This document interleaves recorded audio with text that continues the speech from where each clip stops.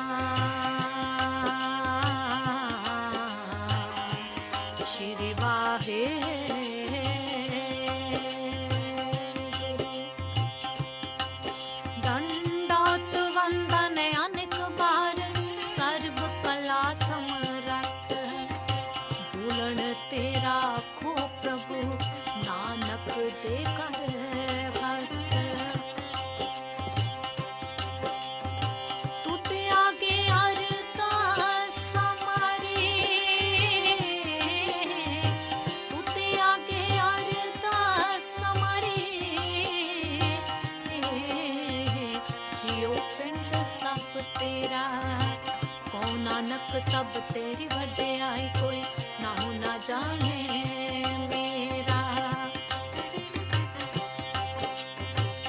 आद गुरु है ना मैं, जुगाद गुरु है ना मैं, वो सतगुरु है ना मैं, श्री गुरुदेव ना मैं।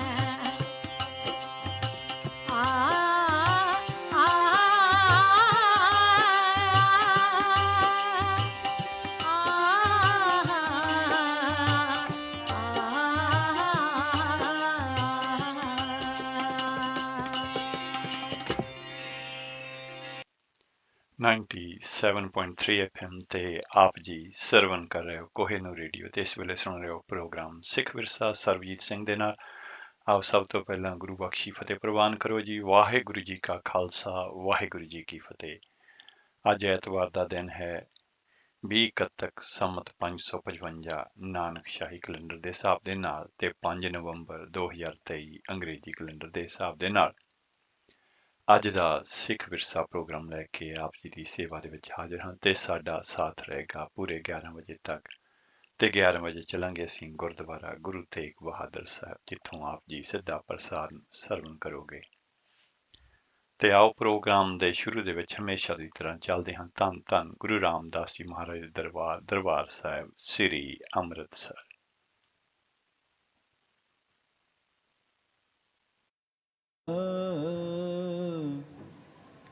निस्तारा समुंद सागर जिन खिन में तारा,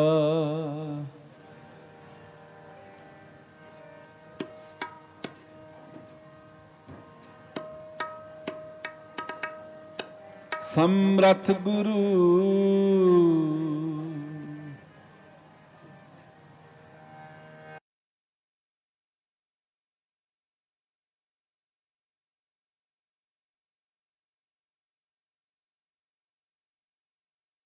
ਹੱਥ ਗੁਰੂ ਸਿਰ ਹੱਥ ਧਰਿਓ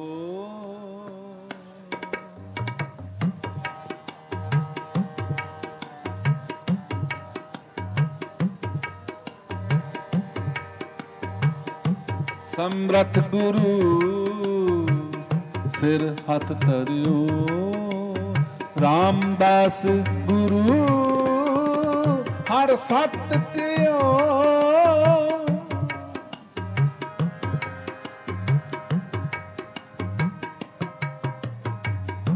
ਰਾਮਦਾਸ ਗੁਰੂ ਹਰ ਸਤ ਕਿਓ ਸਮਰਥ ਗੁਰੂ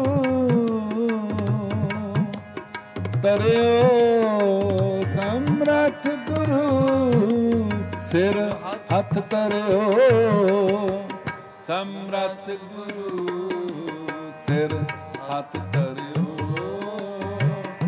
ਸਮਰਥ ਗੁਰੂ ਸਿਰ ਹੱਥ ਧਰਿਓ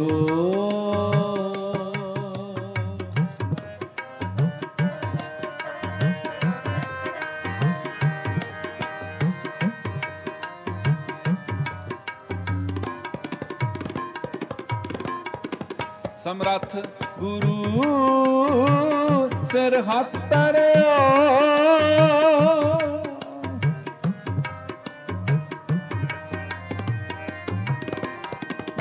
ਰਾਮਦਾਸ ਗੁਰੂ ਹਰ ਸਤ ਕਿਓ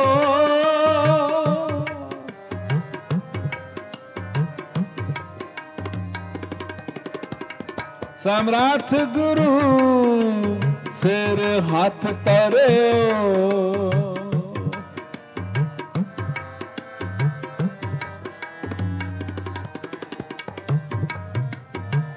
ਸਮਰਥ ਗੁਰੂ ਸਿਰ ਹੱਥ ਧਰਿਓ ਸਮਰਥ ਗੁਰੂ ਸਿਰ ਹੱਥ ਧਰਿਓ ਸਮਰਥ ਗੁਰੂ ਸਿਰ ਹੱਥ ਧਰਿਓ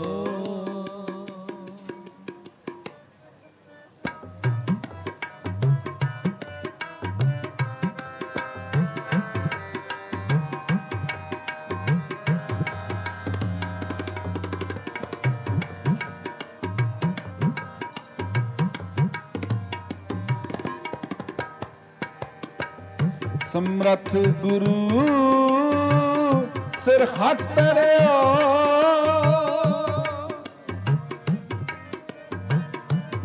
ਸਮਰਥ ਗੁਰੂ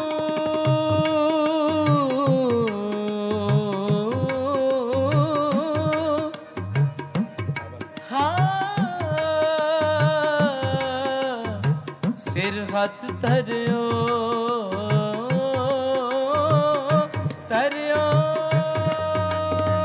ਸਮਰਥ ਗੁਰੂ ਸਿਰ ਹੱਥ ਧਰਿਓ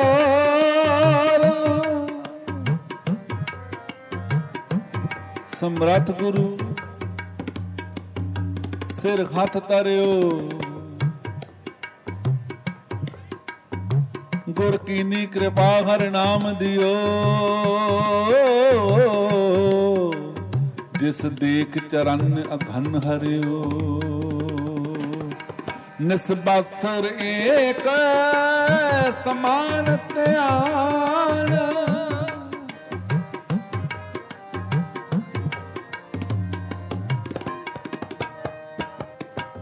ਨਿਸਬਾਸੁਰ ਏਕ ਸਮਾਨ ਧਿਆਨ ਸੁਨਾਮ ਸੁਨੇ ਸੁਤ ਭਾਣ ਡਰਿਓ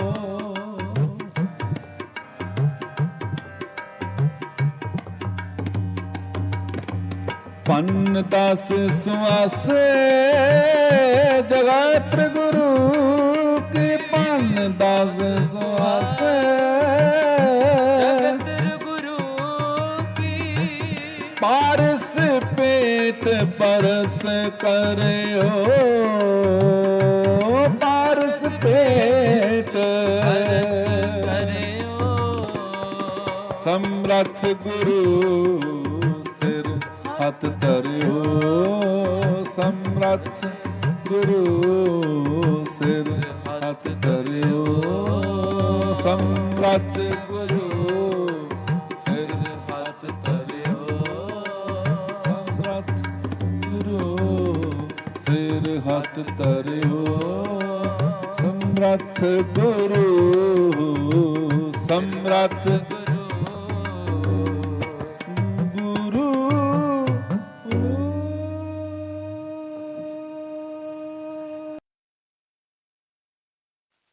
ਹੁਣੇ ਅਸੀਂ ਸੁਣ ਰਹੇ ਸੀ ਸਿੱਧਾ ਪ੍ਰਸਾਰਣ ਦਰਬਾਰ ਸਾਹਿਬ ਸ੍ਰੀ ਅੰਮ੍ਰਿਤਸਰ ਤੋਂ। ਆਓ ਚੱਲਦੇ ਹਾਂ ਹੁਣ ਧੰਨ ਧੰਨ ਗੁਰੂ ਗ੍ਰੰਥ ਸਾਹਿਬ ਜੀ ਮਹਾਰਾਜ ਵੱਲੋਂ ਬਖਸ਼ਿਸ਼ ਕੀਤੇ ਗਏ ਅੱਜ ਦੇ ਹੁਕਮਨਾਮੇ ਦੀ ਰਿਕਾਰਡਿੰਗ ਸਰਵਨ ਕਰਦੇ ਹਾਂ। ਇਹ ਹੁਕਮਨਾਮਾ ਸੱਚੇ ਪਾਤਸ਼ਾਹ ਨੇ ਸਾਡੇ ਤੇ ਅਪਾਰ ਬਖਸ਼ਿਸ਼ ਕਰਕੇ ਦਰਬਾਰ ਸਾਹਿਬ ਸ੍ਰੀ ਅੰਮ੍ਰਿਤਸਰ ਵਿਖੇ ਅੱਜ ਸੁਬਾਹ ਬਖਸ਼ਿਸ਼ ਕੀਤਾ ਹੈ।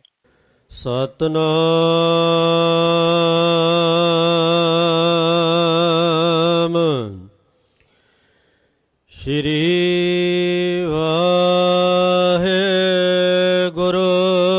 ਵਾਹਿਗੁਰੂ ਸਾਹਿਬ ਜੀ ਆਸਾ ਜਬ ਲਗ ਤੇਲ ਦੀਵੇ ਮੁਖ ਬਾਤੀ ਤਬ ਸੂਝੈ ਸਭ ਕੋਈ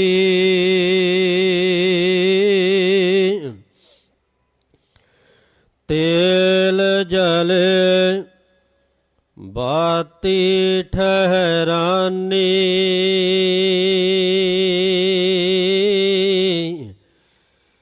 ਸੁਨਾ ਮੰਦਰ ਹੋਈ ਜਬ ਲਗ ਤੇਲ ਦੀਵੇ ਮੁਖ ਬਾਤੀ ਤਬ ਸੂਝੈ ਸਭ ਕੋਈ ਤੇਲ ਜਲੇ ਬਾਤੀ ਠਹਿਰਾਨੀ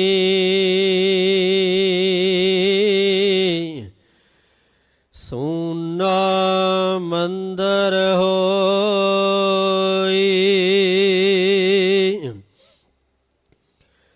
ਰੇ ਬਾਉਰੇ ਤੋਹੇ ਕਰੀ ਨ ਰਾਖੈ ਕੋਈ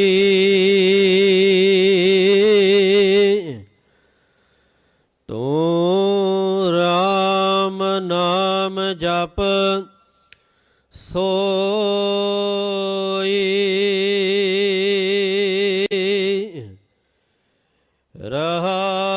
ਰਹਾਉ ਕਾਕੀ ਮਾਤ ਪਿਤਾ ਕਹੋ ਕਾਕੋ ਕਵਨ ਪੁਰਖ ਕੀ ਜੋਈ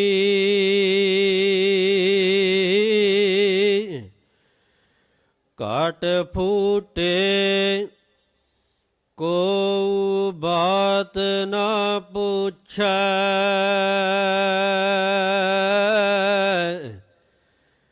ਕਾਢੋ ਕਾਢੋ ਹੋਈ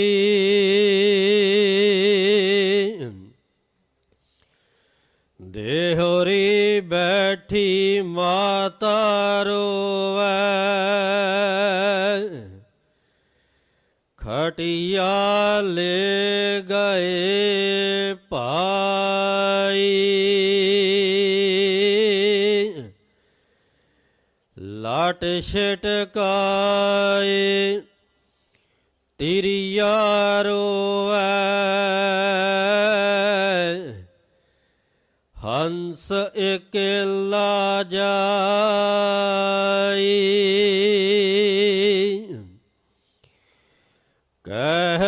ਕਬੀਰ ਸੁਨੋ ਰੇ ਸੰਤਾ ਪੈ ਸਾਗਰ ਕੈ ਤਾਈ ਇਸ ਬੰਦੇ ਸਿਰ ਜ਼ੁਲਮ ਹੋਤ ਹੈ ਜਾਮ ਨਹੀਂ ਹਟੈ ਗੁਸਾਈ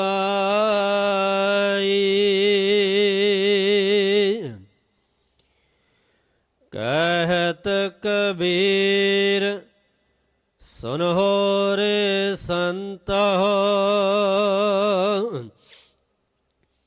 ਪੈ ਸਾਗਰ ਕੈ ਤਾਈ ਇਸ ਬੰਦੇ ਸਿਰ ਜ਼ੁਲਮ ਹੋਤ ਹੈ ਜਾਮ ਨਹੀਂ ਹਟੈ ਗੁਸਾਈ ਦੋ ਤੁਕੇ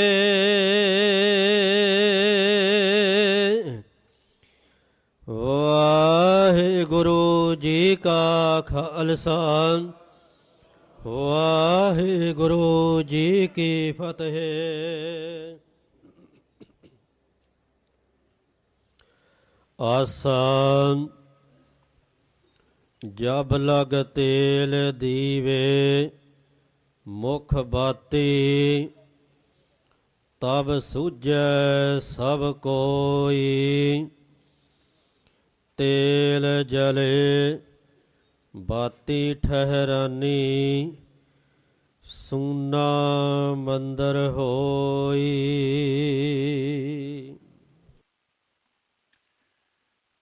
ਹਾਂਜੀ, ਹੁਣੇ ਅਸੀਂ ਸਰਵਣ ਕੀਤਾ ਹੈ ਅੱਜ ਦੇ ਹੁਕਮਨਾਮੇ ਦੀ ਰਿਕਾਰਡਿੰਗ ਤੇ ਆਓ ਚੱਲਦੇ ਹਾਂ ਅੱਜ ਦੇ ਹੁਕਮਨਾਮੇ ਦੀ ਪੰਜਾਬੀ ਵਿਆਖਿਆ ਆਪ ਜੀ ਦੇ ਨਾਲ ਸਾਂਝੀ ਕਰਦੇ ਹਾਂ, ਜਿਹੜੀ ਕਿ ਅਸੀਂ ਸ਼੍ਰੋਮਣੀ ਗੁਰਦੁਆਰਾ ਪ੍ਰਬੰਧਕ ਕਮੇਟੀ ਦੇ ਵੈਬਸਾਈਟ ਤੋਂ ਲਈ ਹੈ।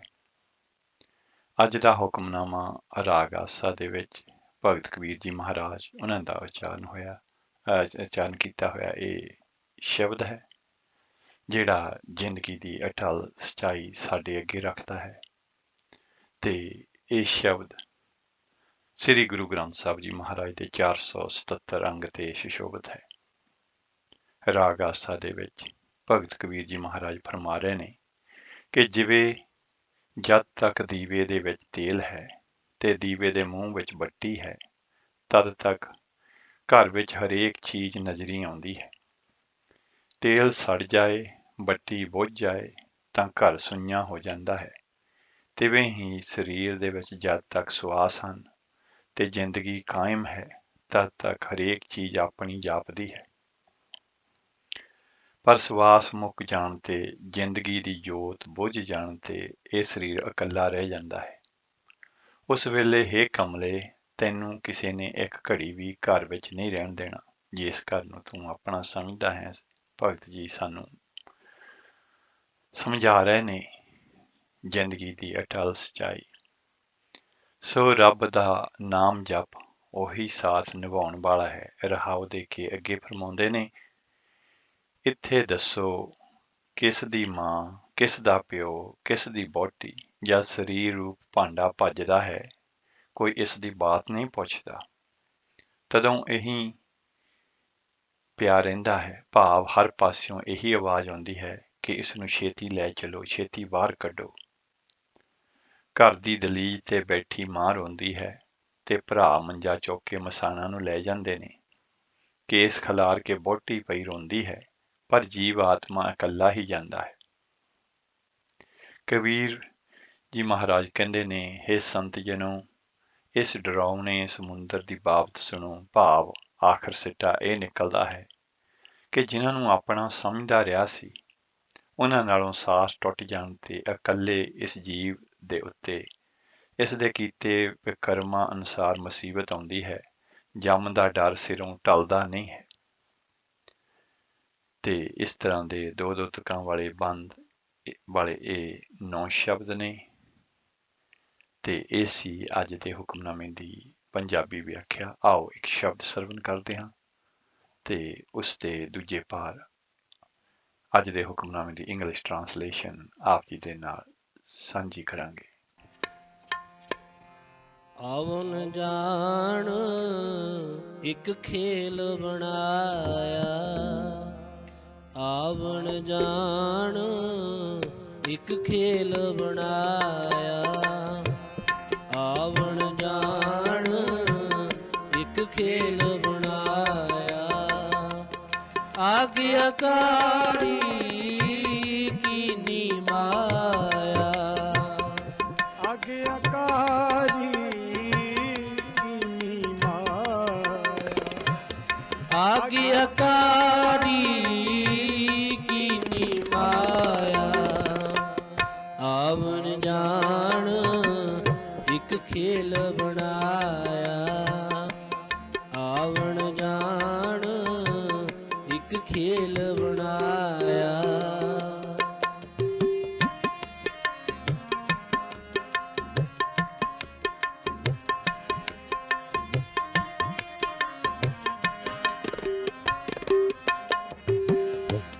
ਸਰਬ ਭੂਤ ਆਪ ਵਰਤਾਰਾ,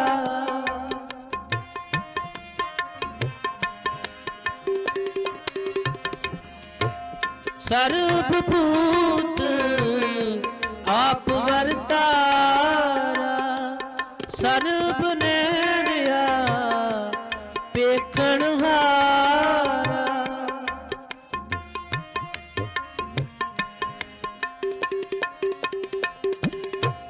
ਸਰਬ ਨੈਣਿਆ ਪੇਖਣ ਹਾਰਾ, ਆਗਿਆਕਾਰੀ ਕੀਨੀ ਮਾਇਆ, ਆਗਿਆਕਾਰੀ ਕੀਨੀ ਮਾਇਆ, ਆਵਨ ਜਾਣ ਇੱਕ ਖੇਲ ਬਣਾਇਆ, ਆਵਨ ਜਾਣ ਇੱਕ ਖੇਲ ਬਣਾਇਆ।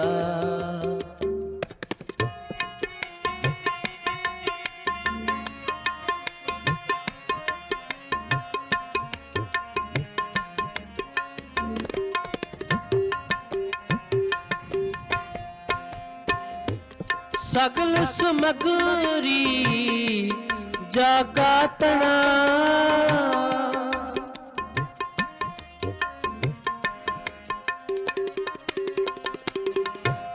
ਸਗਲ ਸਮਗਰੀ ਜਾਗਾ ਤਣਾ,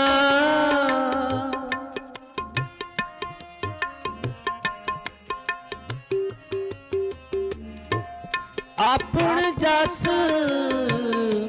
ਆਪ ਹੀ ਸੁਣਾ,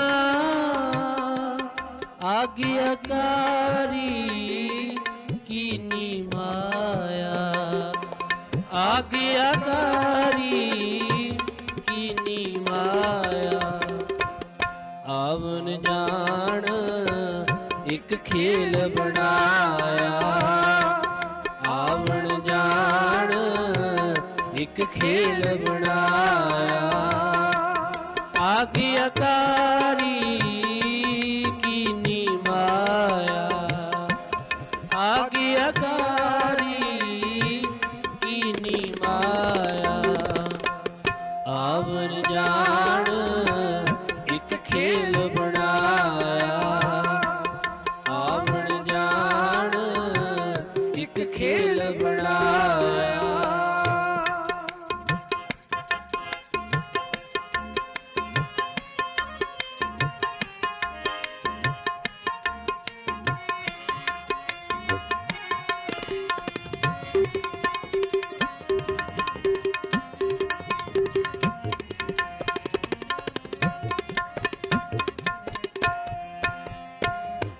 सबके मत अलिप तो रहे,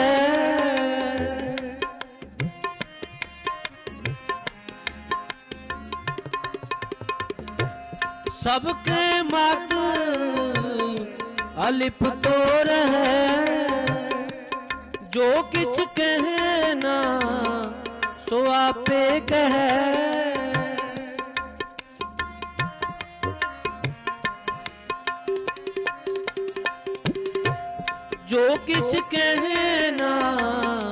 सो आपे कहे आज्ञाकारी कीनी माया, आज्ञाकारी कीनी माया। आवन जान एक खेल बनाया, आवन जान एक खेल बनाया। आज्ञाकारी कीनी माया, आज्ञाकारी कीनी माया। आवन जान एक खेल बनाया, आवन जान एक खेल बनाया।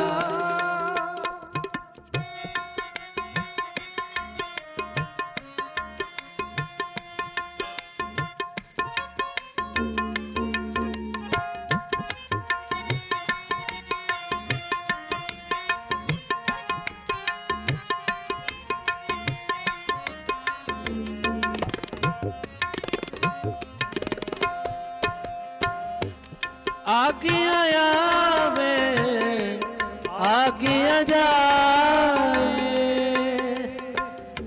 आज्ञा आवे आज्ञा,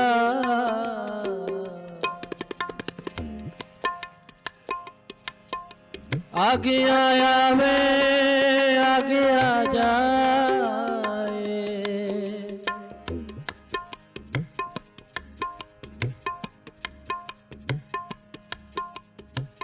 नानक जा भावे ताले समाए, आज्ञा आवे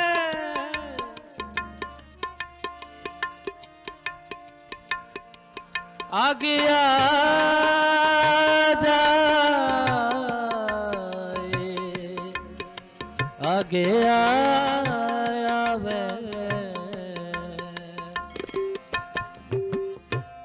आज्ञा आवे आज्ञा जाए।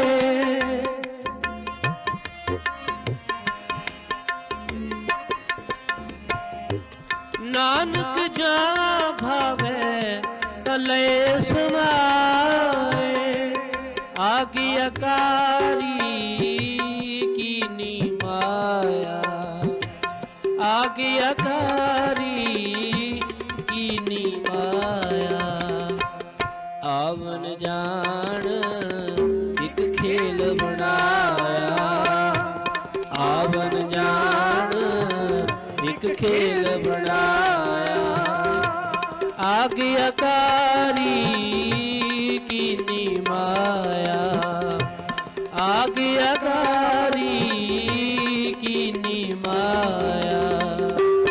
आवन जान एक खेल बनाया, आवन जान एक खेल बनाया। आवन जान एक खेल बनाया, एक खेल बनाया, एक खेल बनाया। ਹਾਂਜੀ, ਇਹ ਸਨ ਭਾਈ ਗੁਰਸੇਵਕ ਸਿੰਘ ਜੀ ਤੇ ਉਹਨਾਂ ਦਾ ਜਥਾ, ਜਿਨ੍ਹਾਂ ਦੀ ਆਵਾਜ਼ ਦੇ ਵਿੱਚ ਅਸੀਂ ਇਹ ਸ਼ਬਦ ਸਰਵਣ ਕੀਤਾ ਹੈ। ਤੇ ਆਓ ਚੱਲਦੇ ਹਾਂ ਹੁਣ ਅੱਜ ਦੇ ਹੁਕਮਨਾਮੇ ਦੀ ਇੰਗਲਿਸ਼ ਟਰਾਂਸਲੇਸ਼ਨ ਵੱਲ। Asa, as long as the oil and the wick are in the lamp, everything is illuminated. But when the oil is burned, the wick goes out, and the mansion became desolate. O madman, no one will keep you even for a moment. Meditate on the name of the Lord. Pause. Tell me, whose mother is that, whose father is that, and which man and which is your wife? When the picture of the body breaks, no one cares for you at all. Everyone says, take him away, take him away. Sitting on the threshold, his mother cries, and his brothers take away the coffin.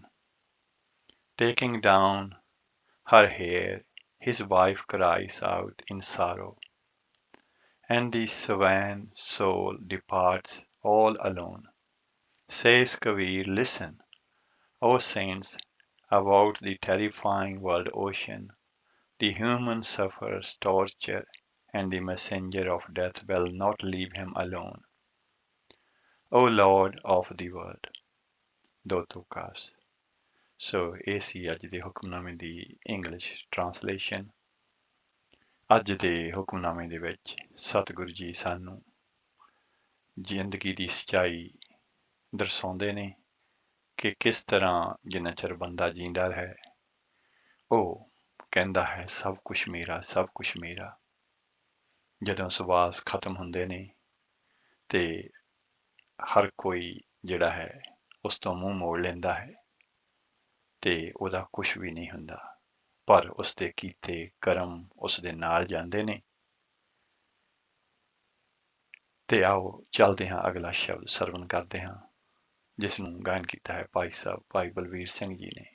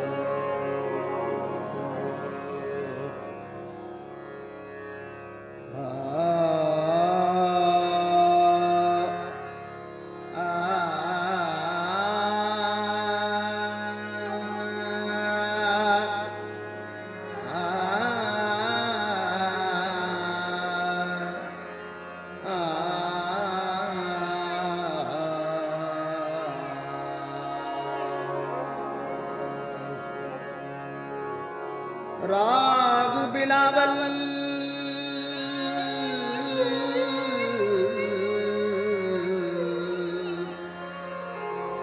भला पैला मन मंदर तन वेश कलंदर कटही तीरथ ना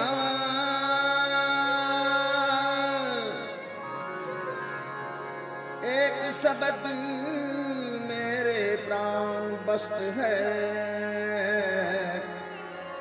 और जन्म ना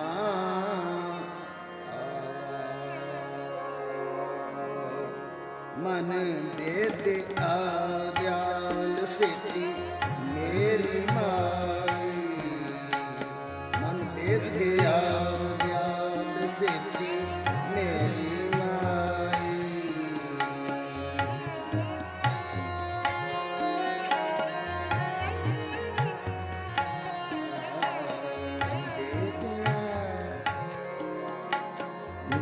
विद्या मन विद्या ज्ञान सेती मेरी माई मन विद्या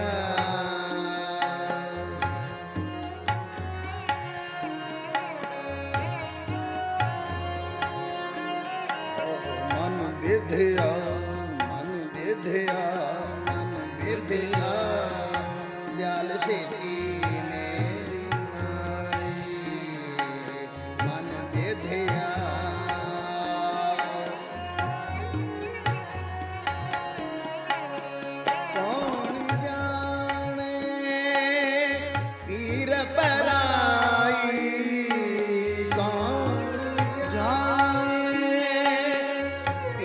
पर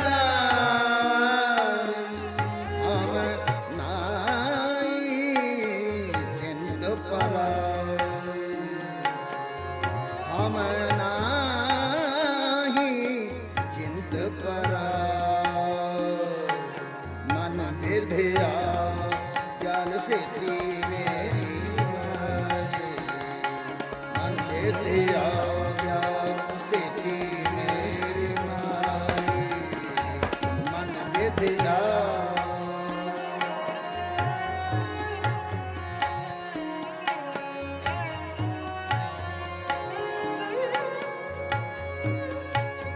मन मंदर तन वेश कलंदर मन मंदर तन वेश कलंदर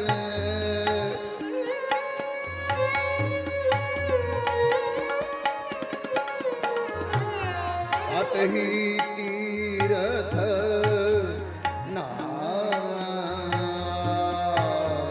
अतहि तीरथ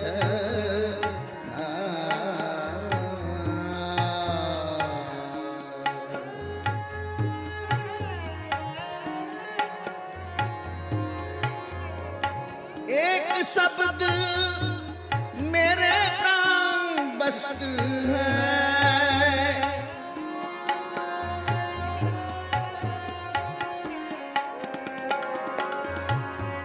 एक शब्द मेरे प्राण मस्त है और जन्म ना आवा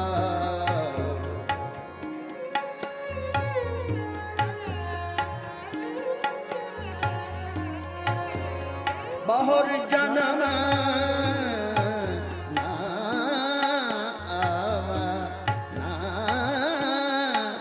आवा ना आवा मन विद्या दयाल सिद्धि मेरी माई मन विद्या दयाल सिद्धि मेरी माई कौन जाने हीर पराई कौन जाने हीर पराई हम नाही चिंत पराई हम नाही चिंत पराई मन विद्या दयाल सिद्धि मेरी माई मन विद्या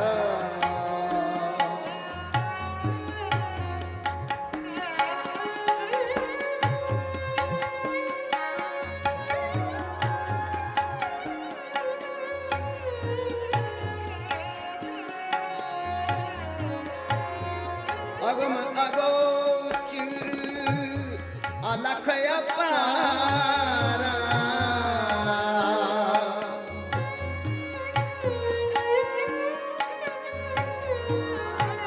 चिंता करो हमारी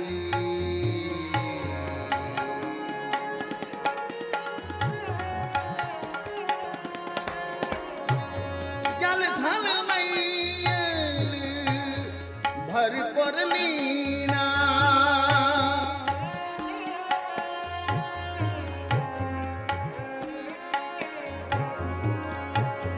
जल थल मैल भर पर लीना घट घट जोत तुम्हारी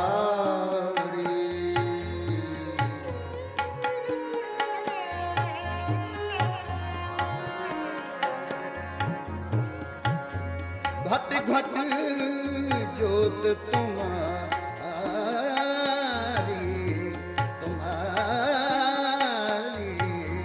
तुम्हारी मन विद्या दयाल सिद्धि मेरी माई मन विद्या दयाल सिद्धि मेरी माई मन विद्या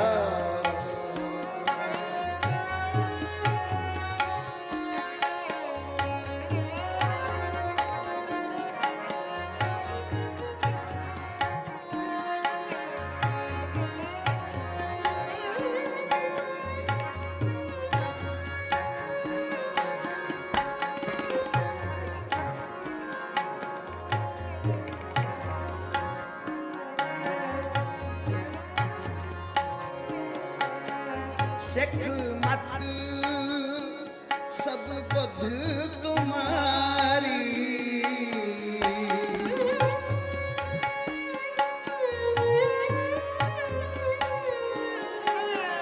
मंदिर शांत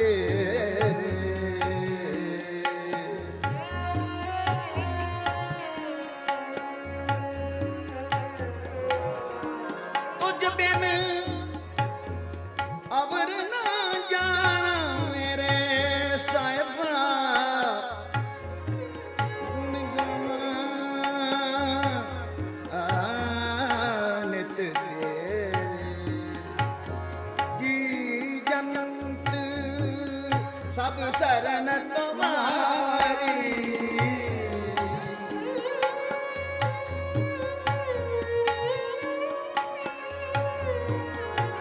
रे मागा पामा रे सा धनी रे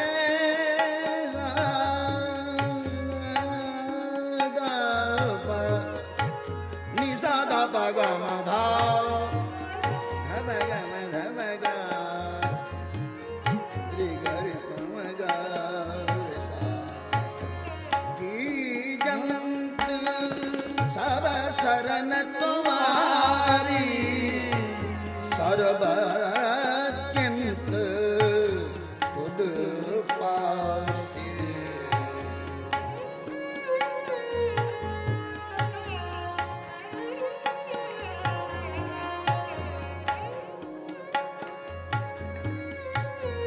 जो तुद भावे सोई चंगा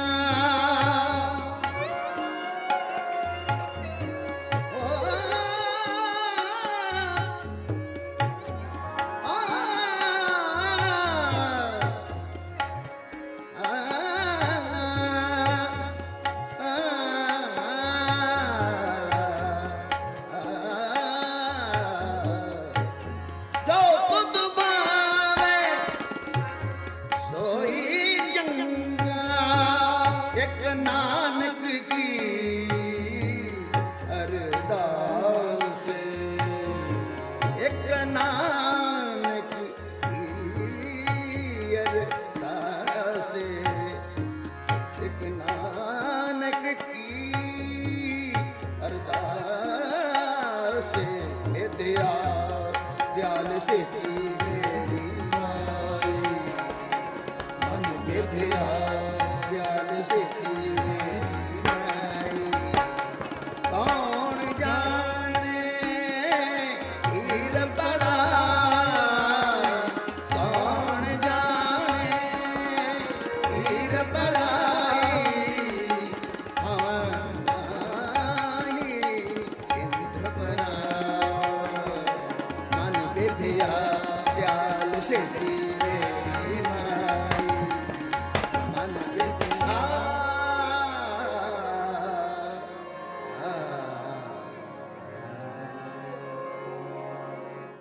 ਹਾਂਜੀ ਇਹ ਸਨ ਭਾਈ ਬਲਵੀਰ ਸਿੰਘ ਜੀ ਜਿਨ੍ਹਾਂ ਦੀ ਆਵਾਜ਼ ਦੇ ਵਿੱਚ ਅਸੀਂ ਇਹ ਸ਼ਬਦ ਸਰਵਣ ਕੀਤਾ ਹੈ। ਤੇ ਆਪ ਜੀ ਸੁਣ ਰਹੇ ਹੋ ਕੋਹਿਨੂਰ ਰੇਡੀਓ 97.3 FM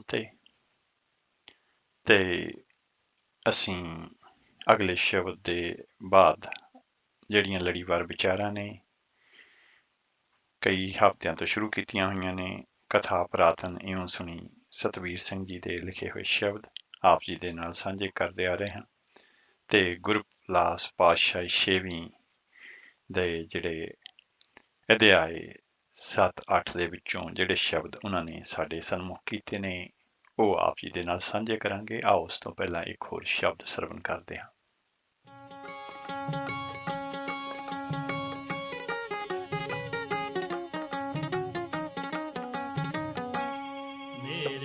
ਸਾਹਿਬਾ ਮੇਰੇ ਸਾਹਿਬਾ ਮੇਰੇ ਸਾਹਿਬਾ ਤੇਰੇ ਚੋਜ ਵਿਡਾਣਾ ਤੇਰੇ ਚੋਜ ਵਿਡਾਣਾ ਜਲ ਤਲ ਮਈਲ ਪਰਪੁਰ ਲੀਨਾ, ਜਲ ਤਲ ਮਈਲ ਪਰਪੁਰ ਲੀਨਾ, ਆਪੇ ਸਰਬ ਸਮਾਣਾ। ਮੇਰੇ ਸਾਹਿਬਾ, ਮੇਰੇ ਸਾਹਿਬਾ, ਮੇਰੇ ਸਾਹਿਬਾ, ਮੇਰੇ ਸਾਹਿਬਾ।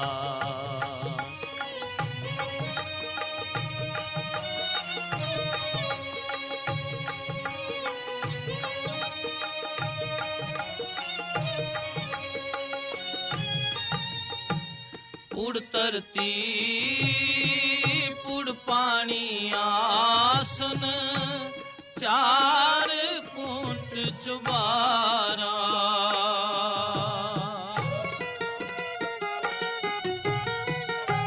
ਸਗਲ ਪਵਨ ਕੀ ਮੂਰਤ ਏਕਾ, ਮੁਖ ਤੇਰੇ ਟਕਸਾਲਾ,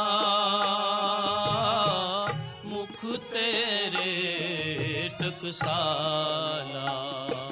ਮੇਰੇ ਸਾਹਿਬਾ, ਮੇਰੇ ਸਾਹਿਬਾ, ਮੇਰੇ ਸਾਹਿਬਾ, ਮੇਰੇ ਸਾਹਿਬਾ।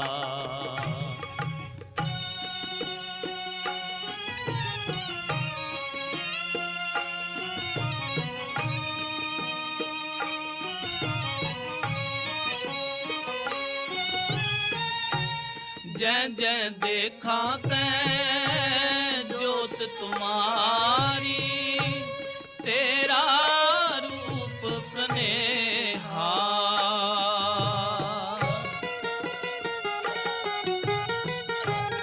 एकत रूप फिरे पर छिन्ना, कोई ना किस ही जेया, किस ही जेया। मेरे साहिबा, मेरे साहिबा, मेरे साहिबा, मेरे साहिबा।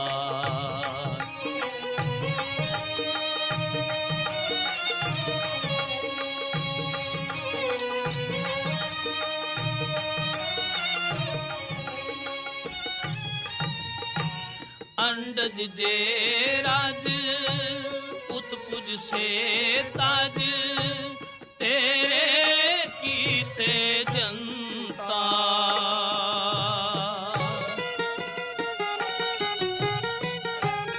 एक पुरब में तेरा देखिया, तू सबना माहिरवंता, सबना माहिरवंता। मेरे साहिबा, मेरे साहिबा, मेरे साहिबा, मेरे साहिबा।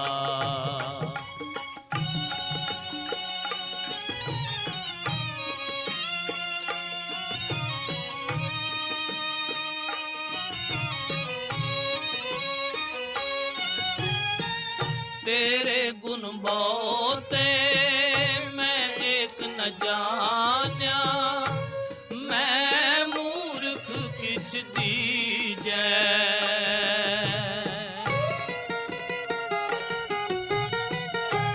प्रणवत नानक सुन मेरे साहिबा, डुबदा पत्थर लीजै, पत्थर लीजै।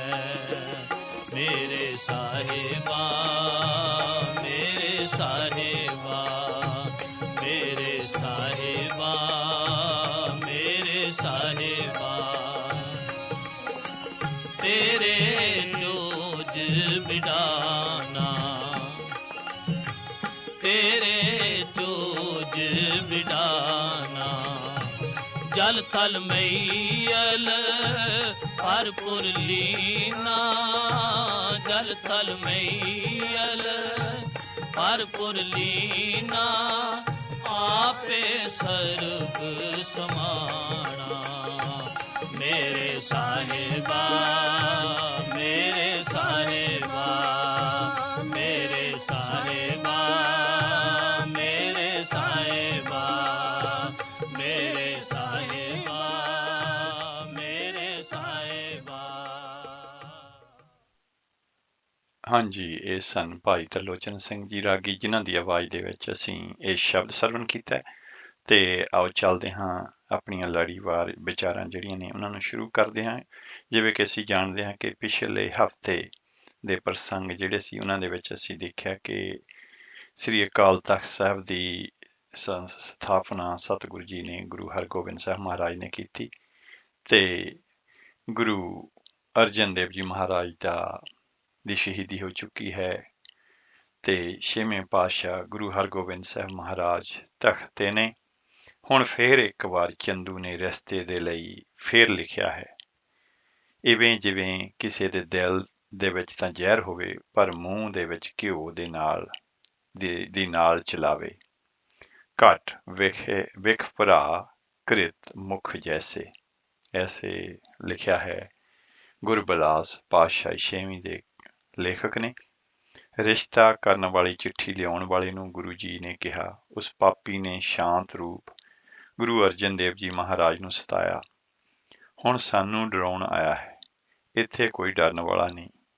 ਉਸ ਦੇ ਡਰਾਵੇ ਦੇਣੇ ਕੁੱਤੇ ਦੇ ਭੌਂਕਣ ਦੀ ਨਿਆਈ ਹਨ ਤੇ ਕੁੱਤਾ ਉਸ ਵੇਲੇ ਤੱਕ ਭੌਂਕਦਾ ਰਹਿੰਦਾ ਹੈ ਜਦ ਤੱਕ ਉਸ ਦੇ ਮੂੰਹ ਤੇ ਡੰਡਾ ਨਾ ਪਵੇ। ਤਬ ਲਗ ਕੂਕਰ ਭੌਂਕ ਡਰਾਵੇ, ਜਬ ਲਗ ਡਾਂਡਾ ਸਿਰ ਨਹੀਂ ਖਾਵੇ। ਉਸੇ ਚਿੱਠੀ ਲਿਆਉਣ ਵਾਲੇ ਨੇ ਜਾ ਕੇ ਚੰਦੂ ਨੂੰ ਦੱਸਿਆ ਕਿ ਉੱਥੇ ਅੰਮ੍ਰਿਤਸਰ ਤਾਂ ਤਖ਼ਤ ਬਣ ਗਏ ਨੇ, 12 ਗਾਈਆਂ ਜਾ ਰਹੀਆਂ ਨੇ, ਚੜ੍ਹਤ ਦੀ ਗਿਣਤੀ ਕੋਈ ਨਹੀਂ, ਸੈਨਾ ਵੀ ਰੱਖੀ ਹੋਈ ਹੈ। ਗੁਰੂ ਨੂੰ ਲੋਕੀ ਸੱਚਾ ਪਾਤਸ਼ਾਹ ਕਹਿੰਦੇ ਨੇ।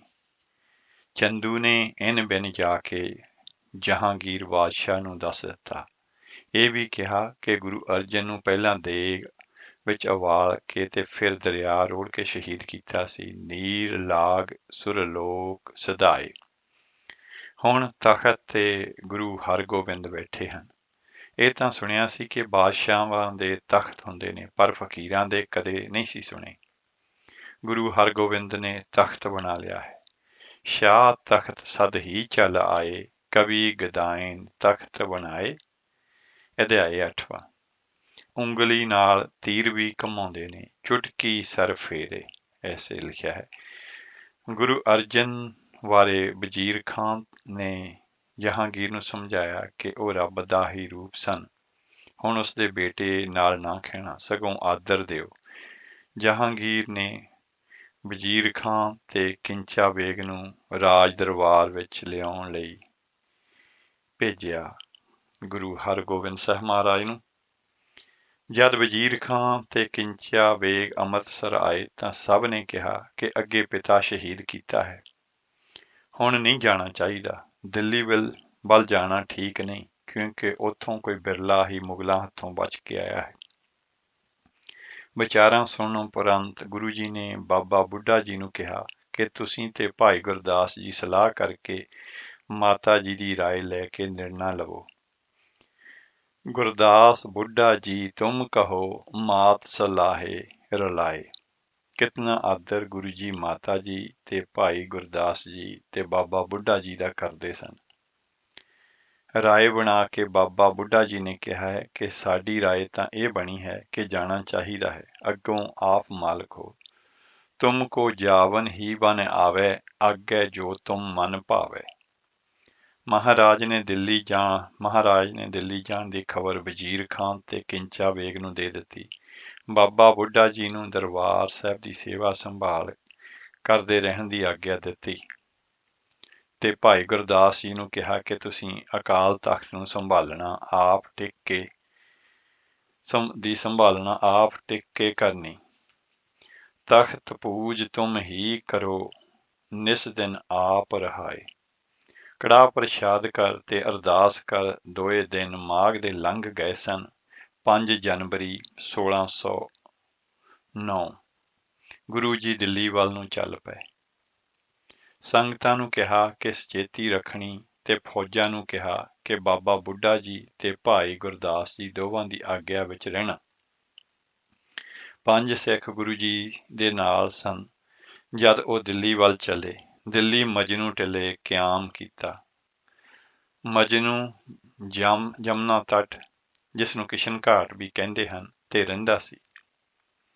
ਹੁਣ ਉੱਥੇ ਮਜਨੂ ਦੇ ਨਾਮ ਦਾ ਇੱਕ ਹੋਰ ਪਿਆਰਾ ਰਹਿੰਦਾ ਸੀ, ਜਿਸ ਦਾ ਨਾਂ ਵੀ ਮਜਨੂ ਹੀ ਰੱਖਿਆ ਹੋਇਆ ਸੀ, ਜਿਸਨੇ ਕ੍ਰਿਸ਼ਨ ਬਲਵਾ ਇੱਕ ਰਹਿ, ਮਜਨੂ ਨਾਮ ਸੰਤ ਸੁਖ ਲਹਿ। ਇਸ ਥਾਂ ਦਿੱਲੀ ਤੋਂ 1 ਕੋਹ ਦੀ ਬਾਟ ਤੇ ਸੀ ਤੇ ਹੁਣ ਵੀ ਹੈ। ਗੁਰੂ ਹਰਗੋਬਿੰਦ ਜੀ ਦਾ ਦਿੱਲੀ ਪਧਾਰਨਾ ਸੁਣ ਕੇ ਸੰਗਤਾਂ ਹਜ਼ਾਰਾਂ ਦੀ ਗਿਣਤੀ ਵਿੱਚ ਦਰਸ਼ਨਾਂ ਨੂੰ ਆ ਗਈਆਂ। ਨਗਾਰੇ ਉੱਚੇ ਉੱਚੇ ਵਜਾਏ ਗਏ। ਇਹ ਦਰਸਾਉਣ ਲਈ ਕਿ ਸੱਚਾ ਪਾਤਸ਼ਾਹ ਆਇਆ ਹੈ। ਸੰਗਤ ਜੁੜੀ ਹੋਈ ਸੀ ਕਿ ਮਜਨੂ ਨੇ ਹੱਥ ਜੋੜ ਕੇ ਪੁੱਛਿਆ, ਮਹਾਰਾਜ, ਜਗਤ ਸੱਚਾ ਹੈ ਕਿ ਝੂਠਾ? ਜੇ ਝੂਠਾ ਕਹੀਏ ਤਾਂ ਸਾਹਮਣੇ ਪਿਆ ਦਿਸਦਾ ਹੈ, ਤੇ ਸਾਹਮਣੇ ਦੇਖ ਕੇ ਜੇ ਸੱਚਾ ਕਹੀਏ ਤਾਂ ਹਰ ਕੋਈ ਜਾਣਦਾ ਹੈ ਕਿ ਨਾਸ਼ਵੰਤ ਹੈ। ਕੀ ਕਰੀਏ? ਦੁਨੀਆ ਦੇ ਮਾਲਕ ਗੁਰੂ ਜੀ ਨੇ ਬੜਾ ਕਮਾਲ ਦਾ ਉੱਤਰ ਦਿੱਤਾ ਕਿ ਜੇ 2 ਅੱਖਾਂ ਵਿਚਕਾਰ ਉਂਗਲ ਰੱਖ ਲਈਏ ਤਾਂ ਇੱਕ ਚੰਨ ਦੀ ਥਾਂ 2 ਦਿਸਣ ਲੱਗ ਪੈਂਦੇ ਨੇ। ਬਸ ਉਹੀ ਜਗਤ ਨੂੰ ਸਭ ਕੁਝ ਸਮਝਦਾ ਹੈ, ਜਿਸ ਦੀ ਦ੍ਰਿਸ਼ਟੀ ਖਰਾਬ ਹੈ। ਜਿਸ ਨੂੰ ਗਿਆਨ ਅੰਜਨ ਗੁਰੂ ਦੀ ਧੂੜੀ ਰਾਹੀਂ ਮਿਲ ਗਿਆ ਹੈ, ਉਸ ਦਾ ਭਰਮ ਨਾਸ਼ ਹੋ ਜਾਂਦਾ ਹੈ ਤੇ ਮੋਹ ਦੀ ਪਕੜ ਨਾਸ਼ ਹੋ ਜਾਂਦੀ ਹੈ। ਪਕੜ ਗਈ ਤਾਂ ਸੰਸਾਰ ਸੁਪਨੇ ਨਿਆਈ ਹੀ ਜਾਪਦਾ ਹੈ। ਮਜਨੂ ਦਾ ਹੀ ਨਹੀਂ, ਸਾਰਿਆਂ ਦਾ ਭਰਮ ਦੂਰ ਕਰ ਦਿੱਤਾ ਸਤਿਗੁਰੂ ਜੀ ਨੇ। ਹੋਰ ਹੀ ਰਸ ਵੱਜਦਾ।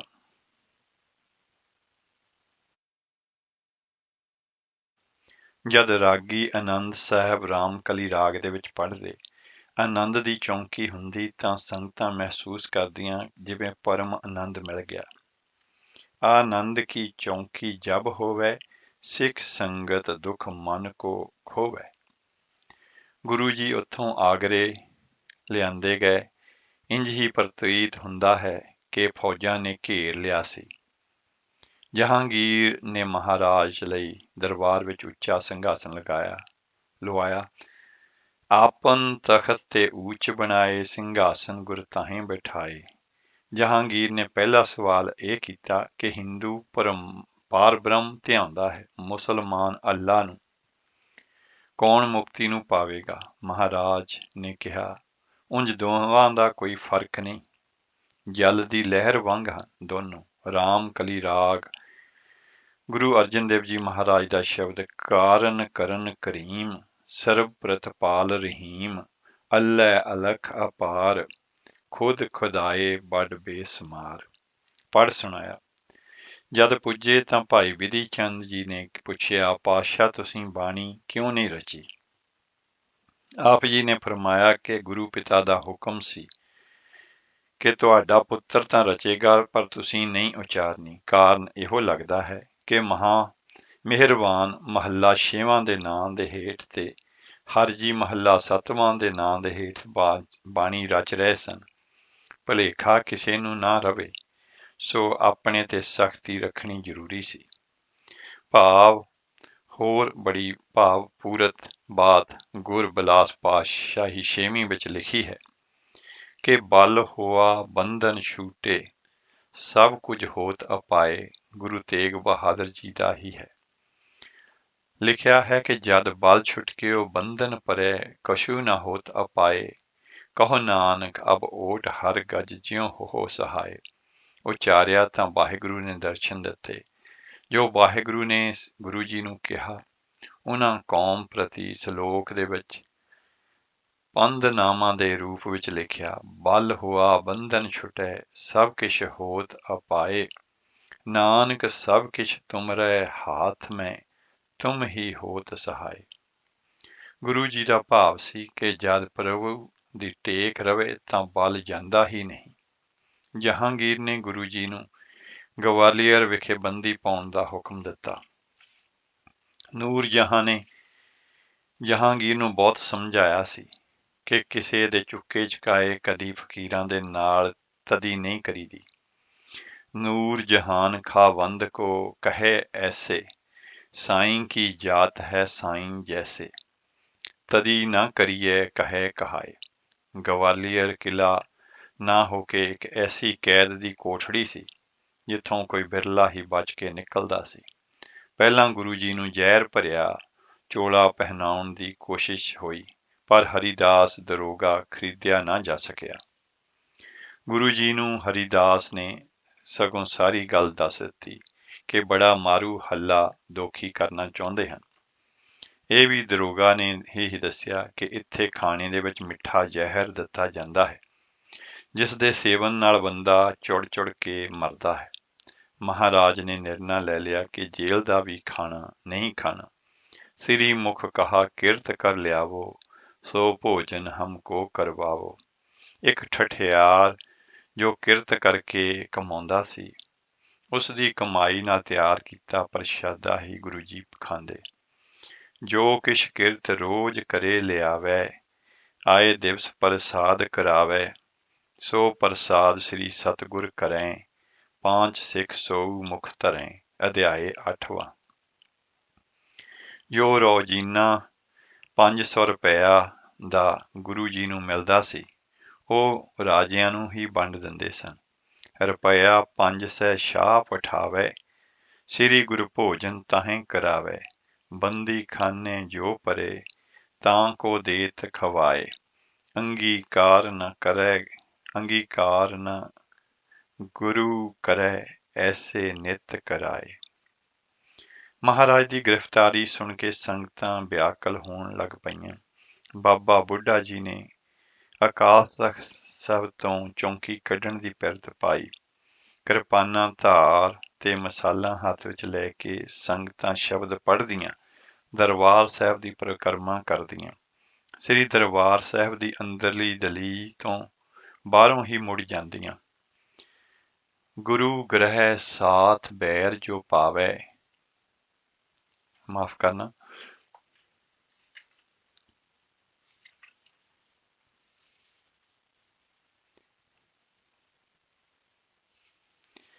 ਜਿਹੜਾ ਕਿਤਾਬ ਦੇ ਪੰਨੇ ਜਿਹੜੇ ਨੇ ਉਲਟ ਪੁਲਟ ਹੋ ਗਏ ਲੱਗਦੇ ਨੇ, ਤੇ ਜਦ ਤੱਕ ਅਸੀਂ ਜਿਹੜੇ ਪੰਨੇ ਉਹ ਠੀਕ ਕਰਦੇ ਹਾਂ, ਅਗਲਾ ਸ਼ਬਦ ਸਰਵਣ ਕਰਦੇ ਹਾਂ।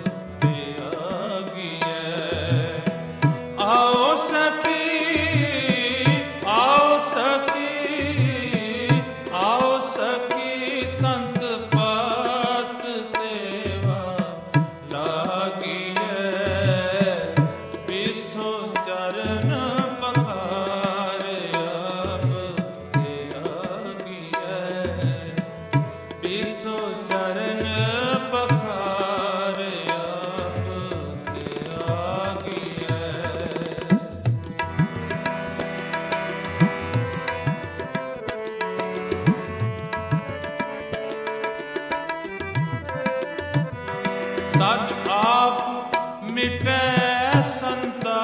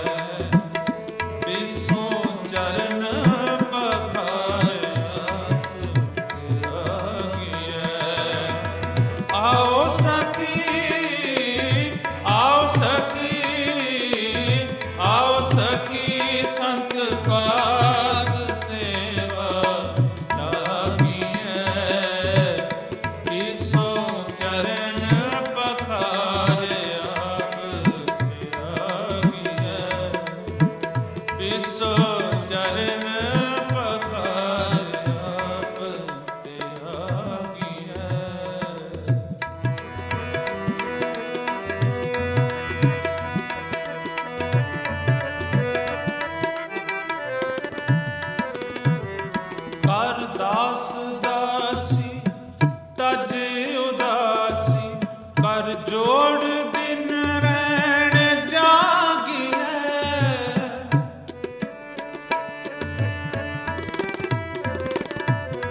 ਕਰ ਦਾਸ ਦਾਸੀ ਤਜ ਉਦਾਸੀ ਕਰ ਜੋੜ ਦਿਨ ਰਹਿਣ ਜਾਗੀਐ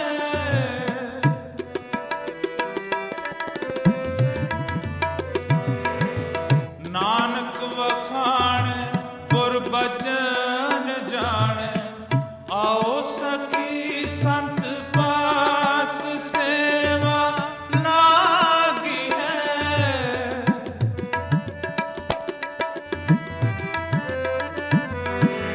ਨਾਨਕ ਵਖਾਣੈ ਗੁਰ ਬਚਨ ਜਾਣੈ ਆਓ ਸਖੀ ਸੰਤ ਪਾਸ ਸੇਵਾ ਲਾਗੀ ਹੈ ਆਓ ਸਖੀ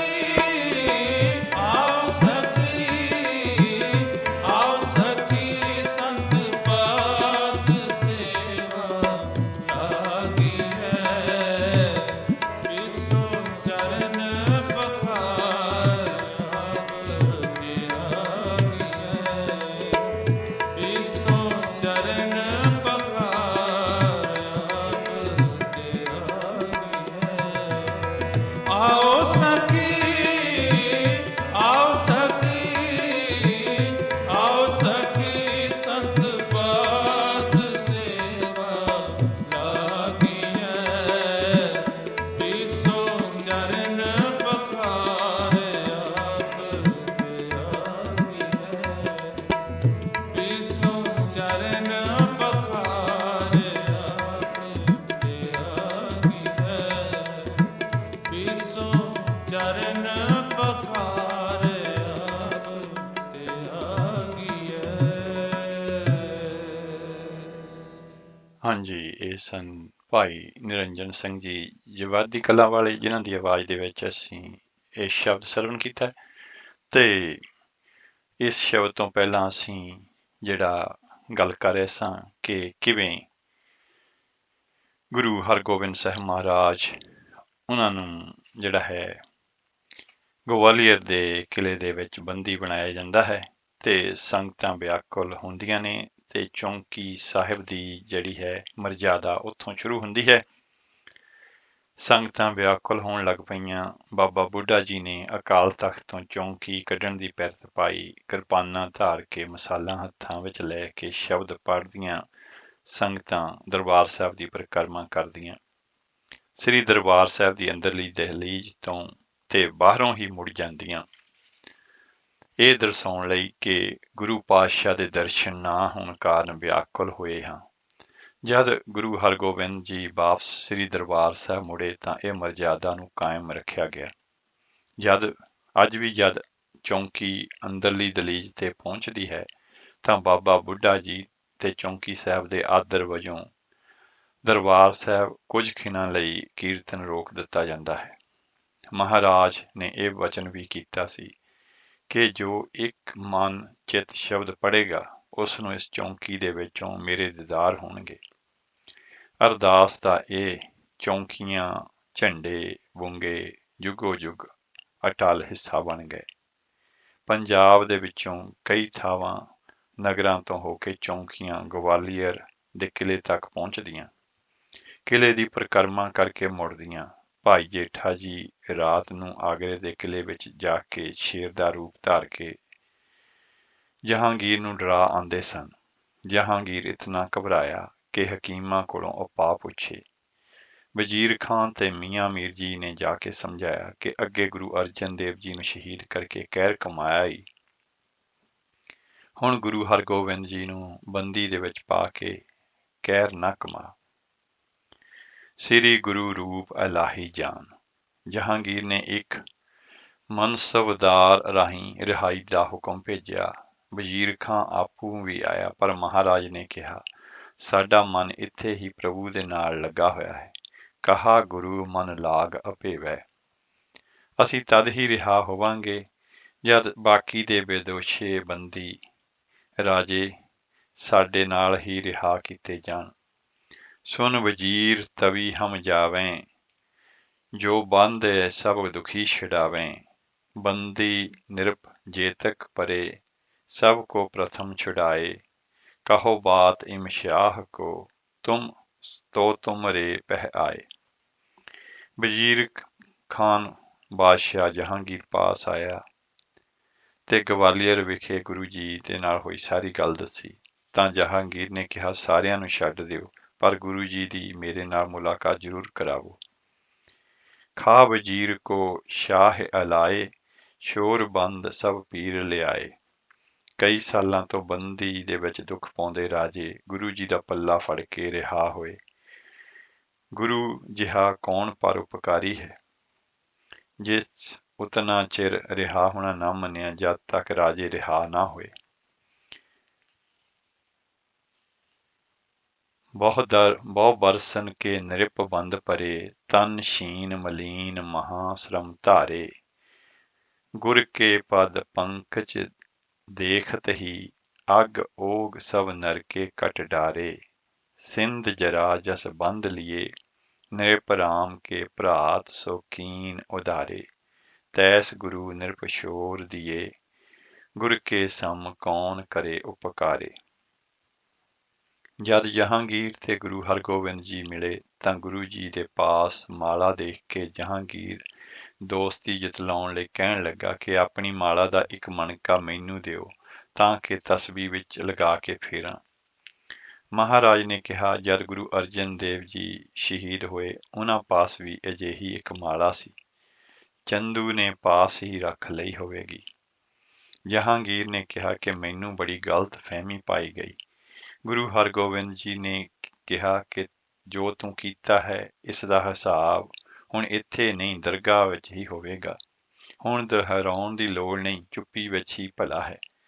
ਹਮਰਾ ਤੁਮ ਦਰਗਾਹੇ ਲੇਖਾ, ਜਜਦਾ ਕਰੇ ਚਰਿਤ ਜਹ ਦੇਖਾ। ਇਹਾ ਕਛੂ ਹਮ ਤੋਹੇ ਨ ਕਹੀਏ, ਬੋਲਤ ਕਾਹੇ ਮੌਨ ਹੋ ਰਹੀਏ। ਆਪਣੇ ਆਪ ਨੂੰ ਨਿਰਦੋਸ਼ ਦਰਸਾਉਣ ਲਈ ਚੰਦੂ ਨੂੰ ਜਹਾਂਗੀਰ ਨੇ ਗੁਰੂ ਜੀ ਦੇ ਹਵਾਲੇ ਕਰ ਦਿੱਤਾ। ਚੰਦੂ ਦਾ ਬੇਟਾ ਤੇ ਇਸਤਰੀ ਵੀ ਗੁਰੂ ਜੀ ਦੇ ਹਵਾਲੇ ਕਰ ਦਿੱਤੇ ਗਏ।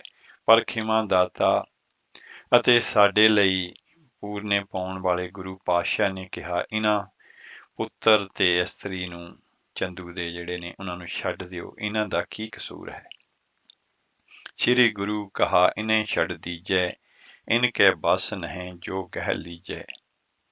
ਬਿਧੀ ਚੰਦ ਨੇ ਕਿਹਾ, ਮਹਾਰਾਜ ਪਾਪੀ ਦੇ ਬੱਚੇ ਦਾ ਵੀ ਜਣ ਬੱਚਾ ਘਾਣ ਕਰ ਦੇਣਾ ਚਾਹੀਦਾ ਹੈ। ਪਰ ਗੁਰੂ ਜੀ ਨੇ ਕਿਹਾ, ਨਹੀਂ ਬਿਧੀ ਚੰਦ, ਸੂਰਮਾ ਕਦੀ ਔਰਤ ਤੇ ਨਿਹੱਥੇ ਦੇ ਉੱਤੇ ਹੱਥ ਨਹੀਂ ਉਠਾਉਂਦਾ, ਬੈਰੀ ਨੂੰ ਜੰਗ ਵਿੱਚ ਹੀ ਮਾਰਨਾ ਫਵਦਾ ਹੈ। ਗੁਰਬਿਲਾਸ ਨੇ ਇਸ ਵਾਕ ਨੂੰ ਉਚੇਚਾ ਸ੍ਰੀ ਗੁਰੂ ਬਾਕ ਕਹਿ ਕੇ ਦਰਜ ਕੀਤਾ ਹੈ। ਬਾਕ, ਜੇ ਸੂਰੈ ਬਲ ਭਾਰ ਧਰਾਵੇ, ਨਾਰੀ ਪਰ ਨਹਿ ਹਾਥ ਉਠਾਵੇ। ਬੰਦੀ ਰਾਜਿਆਂ ਜਿਨ੍ਹਾਂ ਨੂੰ ਗੁਰੂ ਜੀ ਨੇ ਗਵਾਲੀਅਰ ਤੋਂ ਰਿਹਾ ਕਰਵਾਇਆ ਦੀ ਗਿਣਤੀ ਗੁਰੂ ਬਿਲਾਸ ਮੁਤਾਬਕ 210 ਦੱਸੀ ਗਈ ਹੈ। ਉਹਨਾਂ ਦਾ ਰਾਜ ਵੀ ਮੁੜਵਾ ਦਿੱਤਾ ਗਿਆ। ਗੁਰੂ ਮਹਾਰਾਜ ਨੇ ਸਭ ਰਾਜਿਆਂ ਨੂੰ ਕਿਹਾ ਕਿ ਸਭ ਦੁੱਖ ਵਾਹਿਗੁਰੂ ਨੂੰ ਵਸਾਰਿਆਂ ਹੀ ਆਏ ਹਨ। ਆਂਦੇ ਨੇ, ਕਦੇ ਵਾਹਿਗੁਰੂ ਨੂੰ ਨਾ ਭੁਲਾਉਣਾ ਤੇ ਹੁਣ ਬਾਦਸ਼ਾਹ ਨਾਲ ਬਣਾਈ ਰੱਖਣੀ, ਬਗਾਵਤ ਦੀ ਨਹੀਂ ਸੋਚਣੀ। ਮਿੱਤਰਤਾ ਜਦ ਹੋ ਜਾਏ ਤਾਂ ਫਿਰ ਅੰਤਰ ਨਹੀਂ ਰੱਖਣਾ ਚਾਹੀਦਾ। ਸਤਨਾਮ ਹਿਰਦੈ ਧਾਰੋ, ਆਗਿਆ ਸ਼ਾਹ ਕਰਾਏ। ਵਾਪਸੀ ਤੇ ਦਿੱਲੀ ਵਿਖੇ ਫਿਰ ਮਜਨੂ ਟਿੱਲੇ ਤੇ ਹੀ ਟਿਕਾਣਾ ਕੀਤਾ। ਸੰਗਤਾਂ ਦਰਸ਼ਨ ਕਰਕੇ ਨਿਹਾਲ ਹੋਈਆਂ। ਮਜਨੂ ਨੂੰ ਧੀਰਜ ਦਿੱਤਾ। ਚੰਦੂ ਪਕੜਿਆ ਨਾਲ ਹੀ ਜਾ ਰਿਹਾ ਸੀ। ਉਸ ਨੂੰ ਹਰ ਕੋਈ ਲਾਹਨਤਾਂ ਵੀ ਪਾਉਂਦਾ ਤੇ ਜੁੱਤੀਆਂ ਵੀ ਮਾਰਦਾ। ਆਪ ਜੀ ਦੇ ਆਚਰਣ ਦੀ ਧਾਕ ਵੀ ਜਹਾਂਗੀਰ ਤੇ ਪਈ। ਨੂਰ ਜਹਾਂ ਦਾ ਚਿਹਰਾ ਚੰਨ ਵਾਂਗੂ ਚਮਕਦਾ ਸੀ। ਇੱਥੇ ਇਹ ਯਾਦ ਕਰਾ ਦਈਏ ਕਿ ਨੂਰ ਜਹਾਂ ਜਿਹੜੀ ਸੀ ਜਹਾਂਗੀਰ ਦੀ ਬੇਗਮ ਸੀ, ਜਿਹੜੀ ਕਿ ਦੱਸਿਆ ਜਾਂਦਾ ਹੈ ਕਿ ਬਹੁਤ ਹੀ ਸੁੰਦਰ ਸੀ। ਉਸ ਦੇ ਉੱਤੇ ਸ਼ਿੰਗਾਰ ਕੀਤੇ ਹੋਏ ਸਨ, ਪਰ ਗੁਰੂ ਜੀ ਨੇ ਦੇ ਕਰੋੜਾਂ ਸੂਰਜ ਵਰਗੇ ਪ੍ਰਕਾਸ਼ ਸਾਹਮਣੇ ਚੰਨ ਵਿਚਾਰੇ ਦੀ ਹੋਂਦ ਕੀ ਕਰ ਸਕਦੀ ਸੀ। ਨੂਰ ਜਹਾਂ ਦੇ ਪੈਰੀਂ ਝਾਂਜਰ ਦੀ ਆਵਾਜ਼ ਤੇ ਕੀਤੇ ਸ਼ਿੰਗਾਰ ਨੂੰ ਦੇਖ ਕੇ ਮਹਾਰਾਜ ਨੇ ਕਿਹਾ, ਜੇ ਇਸੇ ਤਰ੍ਹਾਂ ਸਾਜ ਸ਼ਿੰਗਾਰ ਕਰ ਲਵੇਂ ਬੇਟੀ ਤਾਂ ਖੁਦਾ ਨੂੰ ਪਾ ਲਵੇਂ। ਐਸੋ ਸਾਜ ਸ਼ਿੰਗਾਰ ਕਰ ਪੁੱਤਰੀ ਪਾਏ ਖੁਦਾਏ। ਅਧਿਆਏ 8ਵਾਂ। ਉਸ ਨੂੰ ਭਾਵ ਕੇ ਨੂਰ ਜਹਾਂ ਨੂੰ ਬੜੀ ਲੱਜਾ ਆਈ।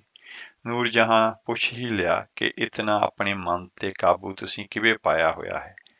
ਤਾਂ ਆਪ ਜੀ ਨੇ ਫਰਮਾਇਆ, ਮੌਤ ਭੁੱਲਦੀ ਨਹੀਂ ਤੇ ਖੁਦਾ ਦੀ ਯਾਦ ਟੁੱਟਦੀ ਨਹੀਂ।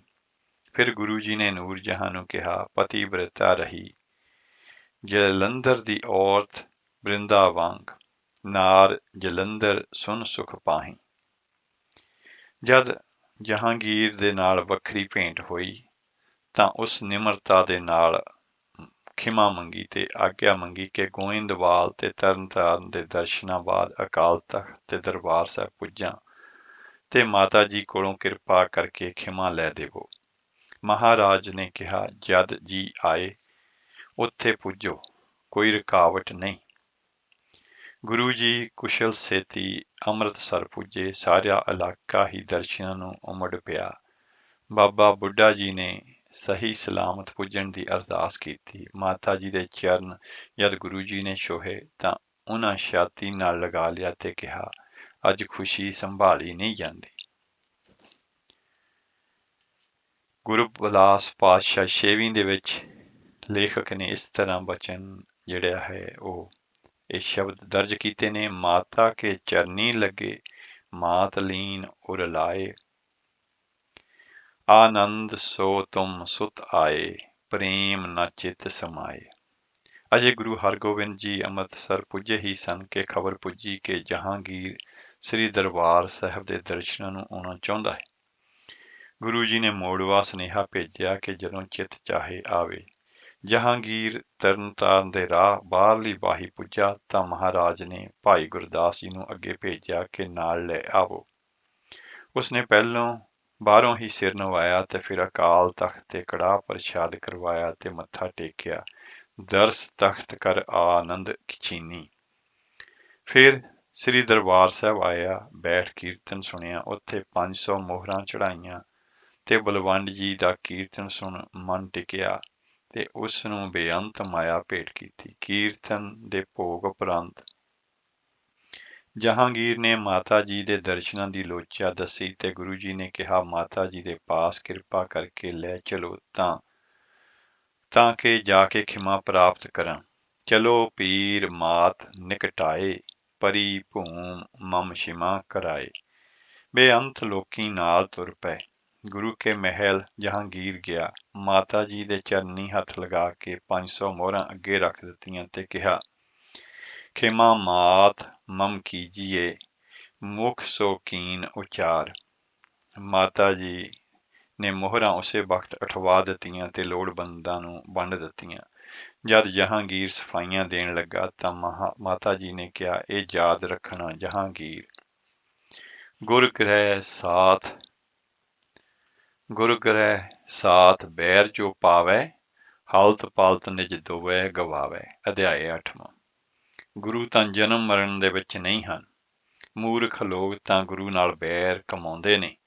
ਜਦ ਤੱਕ ਮਾਤਾ ਜੀ ਦੇ ਮੁਖ ਤੋਂ ਖਿਮਾ ਕੀਤੀ ਦੇ ਸ਼ਬਦ ਨਾ ਆਖੇ ਉਤਨੀ ਦੇਰ ਉਸ ਨੂੰ ਚੈਨ ਨਾ ਆਇਆ। ਮਾਤਾ ਜੀ ਨੇ ਕਿਹਾ, ਸੁਨੋ ਸ਼ਾਹ ਗੁਰ ਤੋਰ ਸਹਾਈ, ਲੋਕ ਪਰਲੋਕ ਵਿਖੇ ਸੁਖਦਾਈ, ਜੋ ਸੁਨ ਮਾਤਾ ਕੇ ਤਬ ਬੈਨਾ, ਜਹਾਂਗੀਰ ਮਨ ਆਇਓ ਚੈਨਾ। ਜਹਾਂਗੀਰ ਨੇ ਇਹ ਵੀ ਇੱਛਾ ਪ੍ਰਗਟਾਈ ਕਿ ਉਹ ਅਕਾਲ ਤਖ਼ਤ ਬਣਾਉਣ ਦਾ ਸਾਰਾ ਖਰਚਾ ਦੇਣਾ ਚਾਹੁੰਦਾ ਹੈ, ਪਰ ਮਹਾਰਾਜ ਨੇ ਕਿਹਾ, ਜੈਸਾ ਹੈ ਸੁੰਦਰ ਹੈ, ਸਮਾਂ ਪਾ ਕੇ ਆਪੇ ਸਿੱਖ ਬਣਾਉਣਗੇ। ਕਹਾ ਗੁਰੂ ਅਬ ਨਾਹੀਂ ਸੁਹਾਵੈ, ਸਮਾਂ ਪਾਏ ਇਹ ਅਦਕ ਬਣਾਵੈ। ਕੁਝ ਚਿਰ ਅੰਮ੍ਰਿਤਸਰ ਦੇ ਟਿਕਾਣੇ ਤੋਂ ਬਾਅਦ ਗੁਰੂ ਜੀ ਨੇ ਲਾਹੌਰ ਡੇਰਾ ਸਾਹਿਬ ਦੇ ਦਰਸ਼ਨਾਂ ਨੂੰ ਜਾਣ ਦਾ ਮਨ ਬਣਾਇਆ। ਉਸ ਥਾਂ ਪਹੁੰਚੇ ਜਿੱਥੇ ਗੁਰੂ ਅਰਜਨ ਦੇਵ ਜੀ ਮਹਾਰਾਜ ਨੂੰ ਸ਼ਹੀਦ ਕੀਤਾ ਸੀ। ਗੁਰੂ ਅਰਜਨ ਜੀ ਜਹਾਂ ਸਮਾਏ, ਤਹਿ ਸਥਾਨ ਕਾ ਦਰਸ ਕਰਾਵੋ। ਗੁਰੂ ਜੀ ਨੇ ਆਪਣੇ ਹੱਥਾਂ ਨਾਲ ਉਸ ਪਾਵਨ ਸ਼ਹੀਦੀ ਥਾਂ ਦੀ ਨੀਂਹ ਰੱਖੀ ਤੇ ਡੇਰਾ ਸਾਹਿਬ ਬਣਾਇਆ। ਪੁਨ ਸ੍ਰੀ ਗੁਰ ਨਿਜ ਹਾਥ ਸੋ ਤਹਿ ਠਾਂ ਰਚ ਅਸਥਾਨ। ਤੇ ਭਾਈ ਲੰਗਾ ਜੀ ਦੀ ਨਿਯੁਕਤੀ ਕੀਤੀ ਕਿ ਇਸ ਥਾਂ ਦੀ ਸੇਵਾ ਸੰਭਾਲ ਕਰਨੀ। ਸੰਗਤਾਂ ਨੇ ਜ਼ੋਰ ਦੇ ਕੇ ਆਖਿਆ ਕਿ ਚੰਦੂ ਨੂੰ ਜਿੰਦਾ ਨਹੀਂ ਛੱਡਣਾ ਚਾਹੀਦਾ, ਉਸਨੇ ਬੜਾ ਪਾਪ ਕਮਾਇਆ ਹੈ। ਜੀਵਤ ਜਹੈ ਛਾੜ ਭਲ ਨਾਹੀਂ, ਐਸ ਦੁਸ਼ਟ ਮਾਰੇ ਹੀ ਚਾਹੀਂ। ਮਹਾਰਾਜ ਨੇ ਕਿਹਾ ਕਿ ਸਮਾਂ ਆਉਣ ਤੇ ਇਸ ਨੂੰ ਬੜੀ ਸਜ਼ਾ ਮਿਲੇਗੀ। ਸਮਾਂ ਪਾਏ ਹੋਏ ਪ੍ਰਾਨ ਬਤੀਤਾ। ਲੋਕੀ ਇਤਨੇ ਗੁੱਸੇ ਵਿੱਚ ਸਨ ਕਿ ਹਰ ਕੋਈ ਚੰਦੂ ਨੂੰ ਜੁੱਤੀਆਂ ਮਾਰ ਕੇ ਹੀ ਜਾਂਦਾ। ਜਿਸ ਪੜਭੁੰਜੇ ਦੇ ਕੋਲੋਂ ਚੰਦੂ ਨੇ ਗੁਰੂ ਅਰਜਨ ਦੇਵ ਜੀ ਮਹਾਰਾਜ ਦੇ ਸੀਸ ਤੇ ਤੱਤੀ ਰੇਤ ਪਵਾਈ ਸੀ, ਉਸ ਪਾਸ ਹੀ ਭਾਈ ਜੇਠਾ ਜੀ ਲੈ ਗਏ ਤੇ ਉਸਨੇ ਛਾਤੀ ਤੇ ਕੜਛਾ ਮਾਰ ਕੇ ਚੰਦੂ ਦਾ ਕੰਮ ਤਮਾਮ ਕਰ ਦਿੱਤਾ।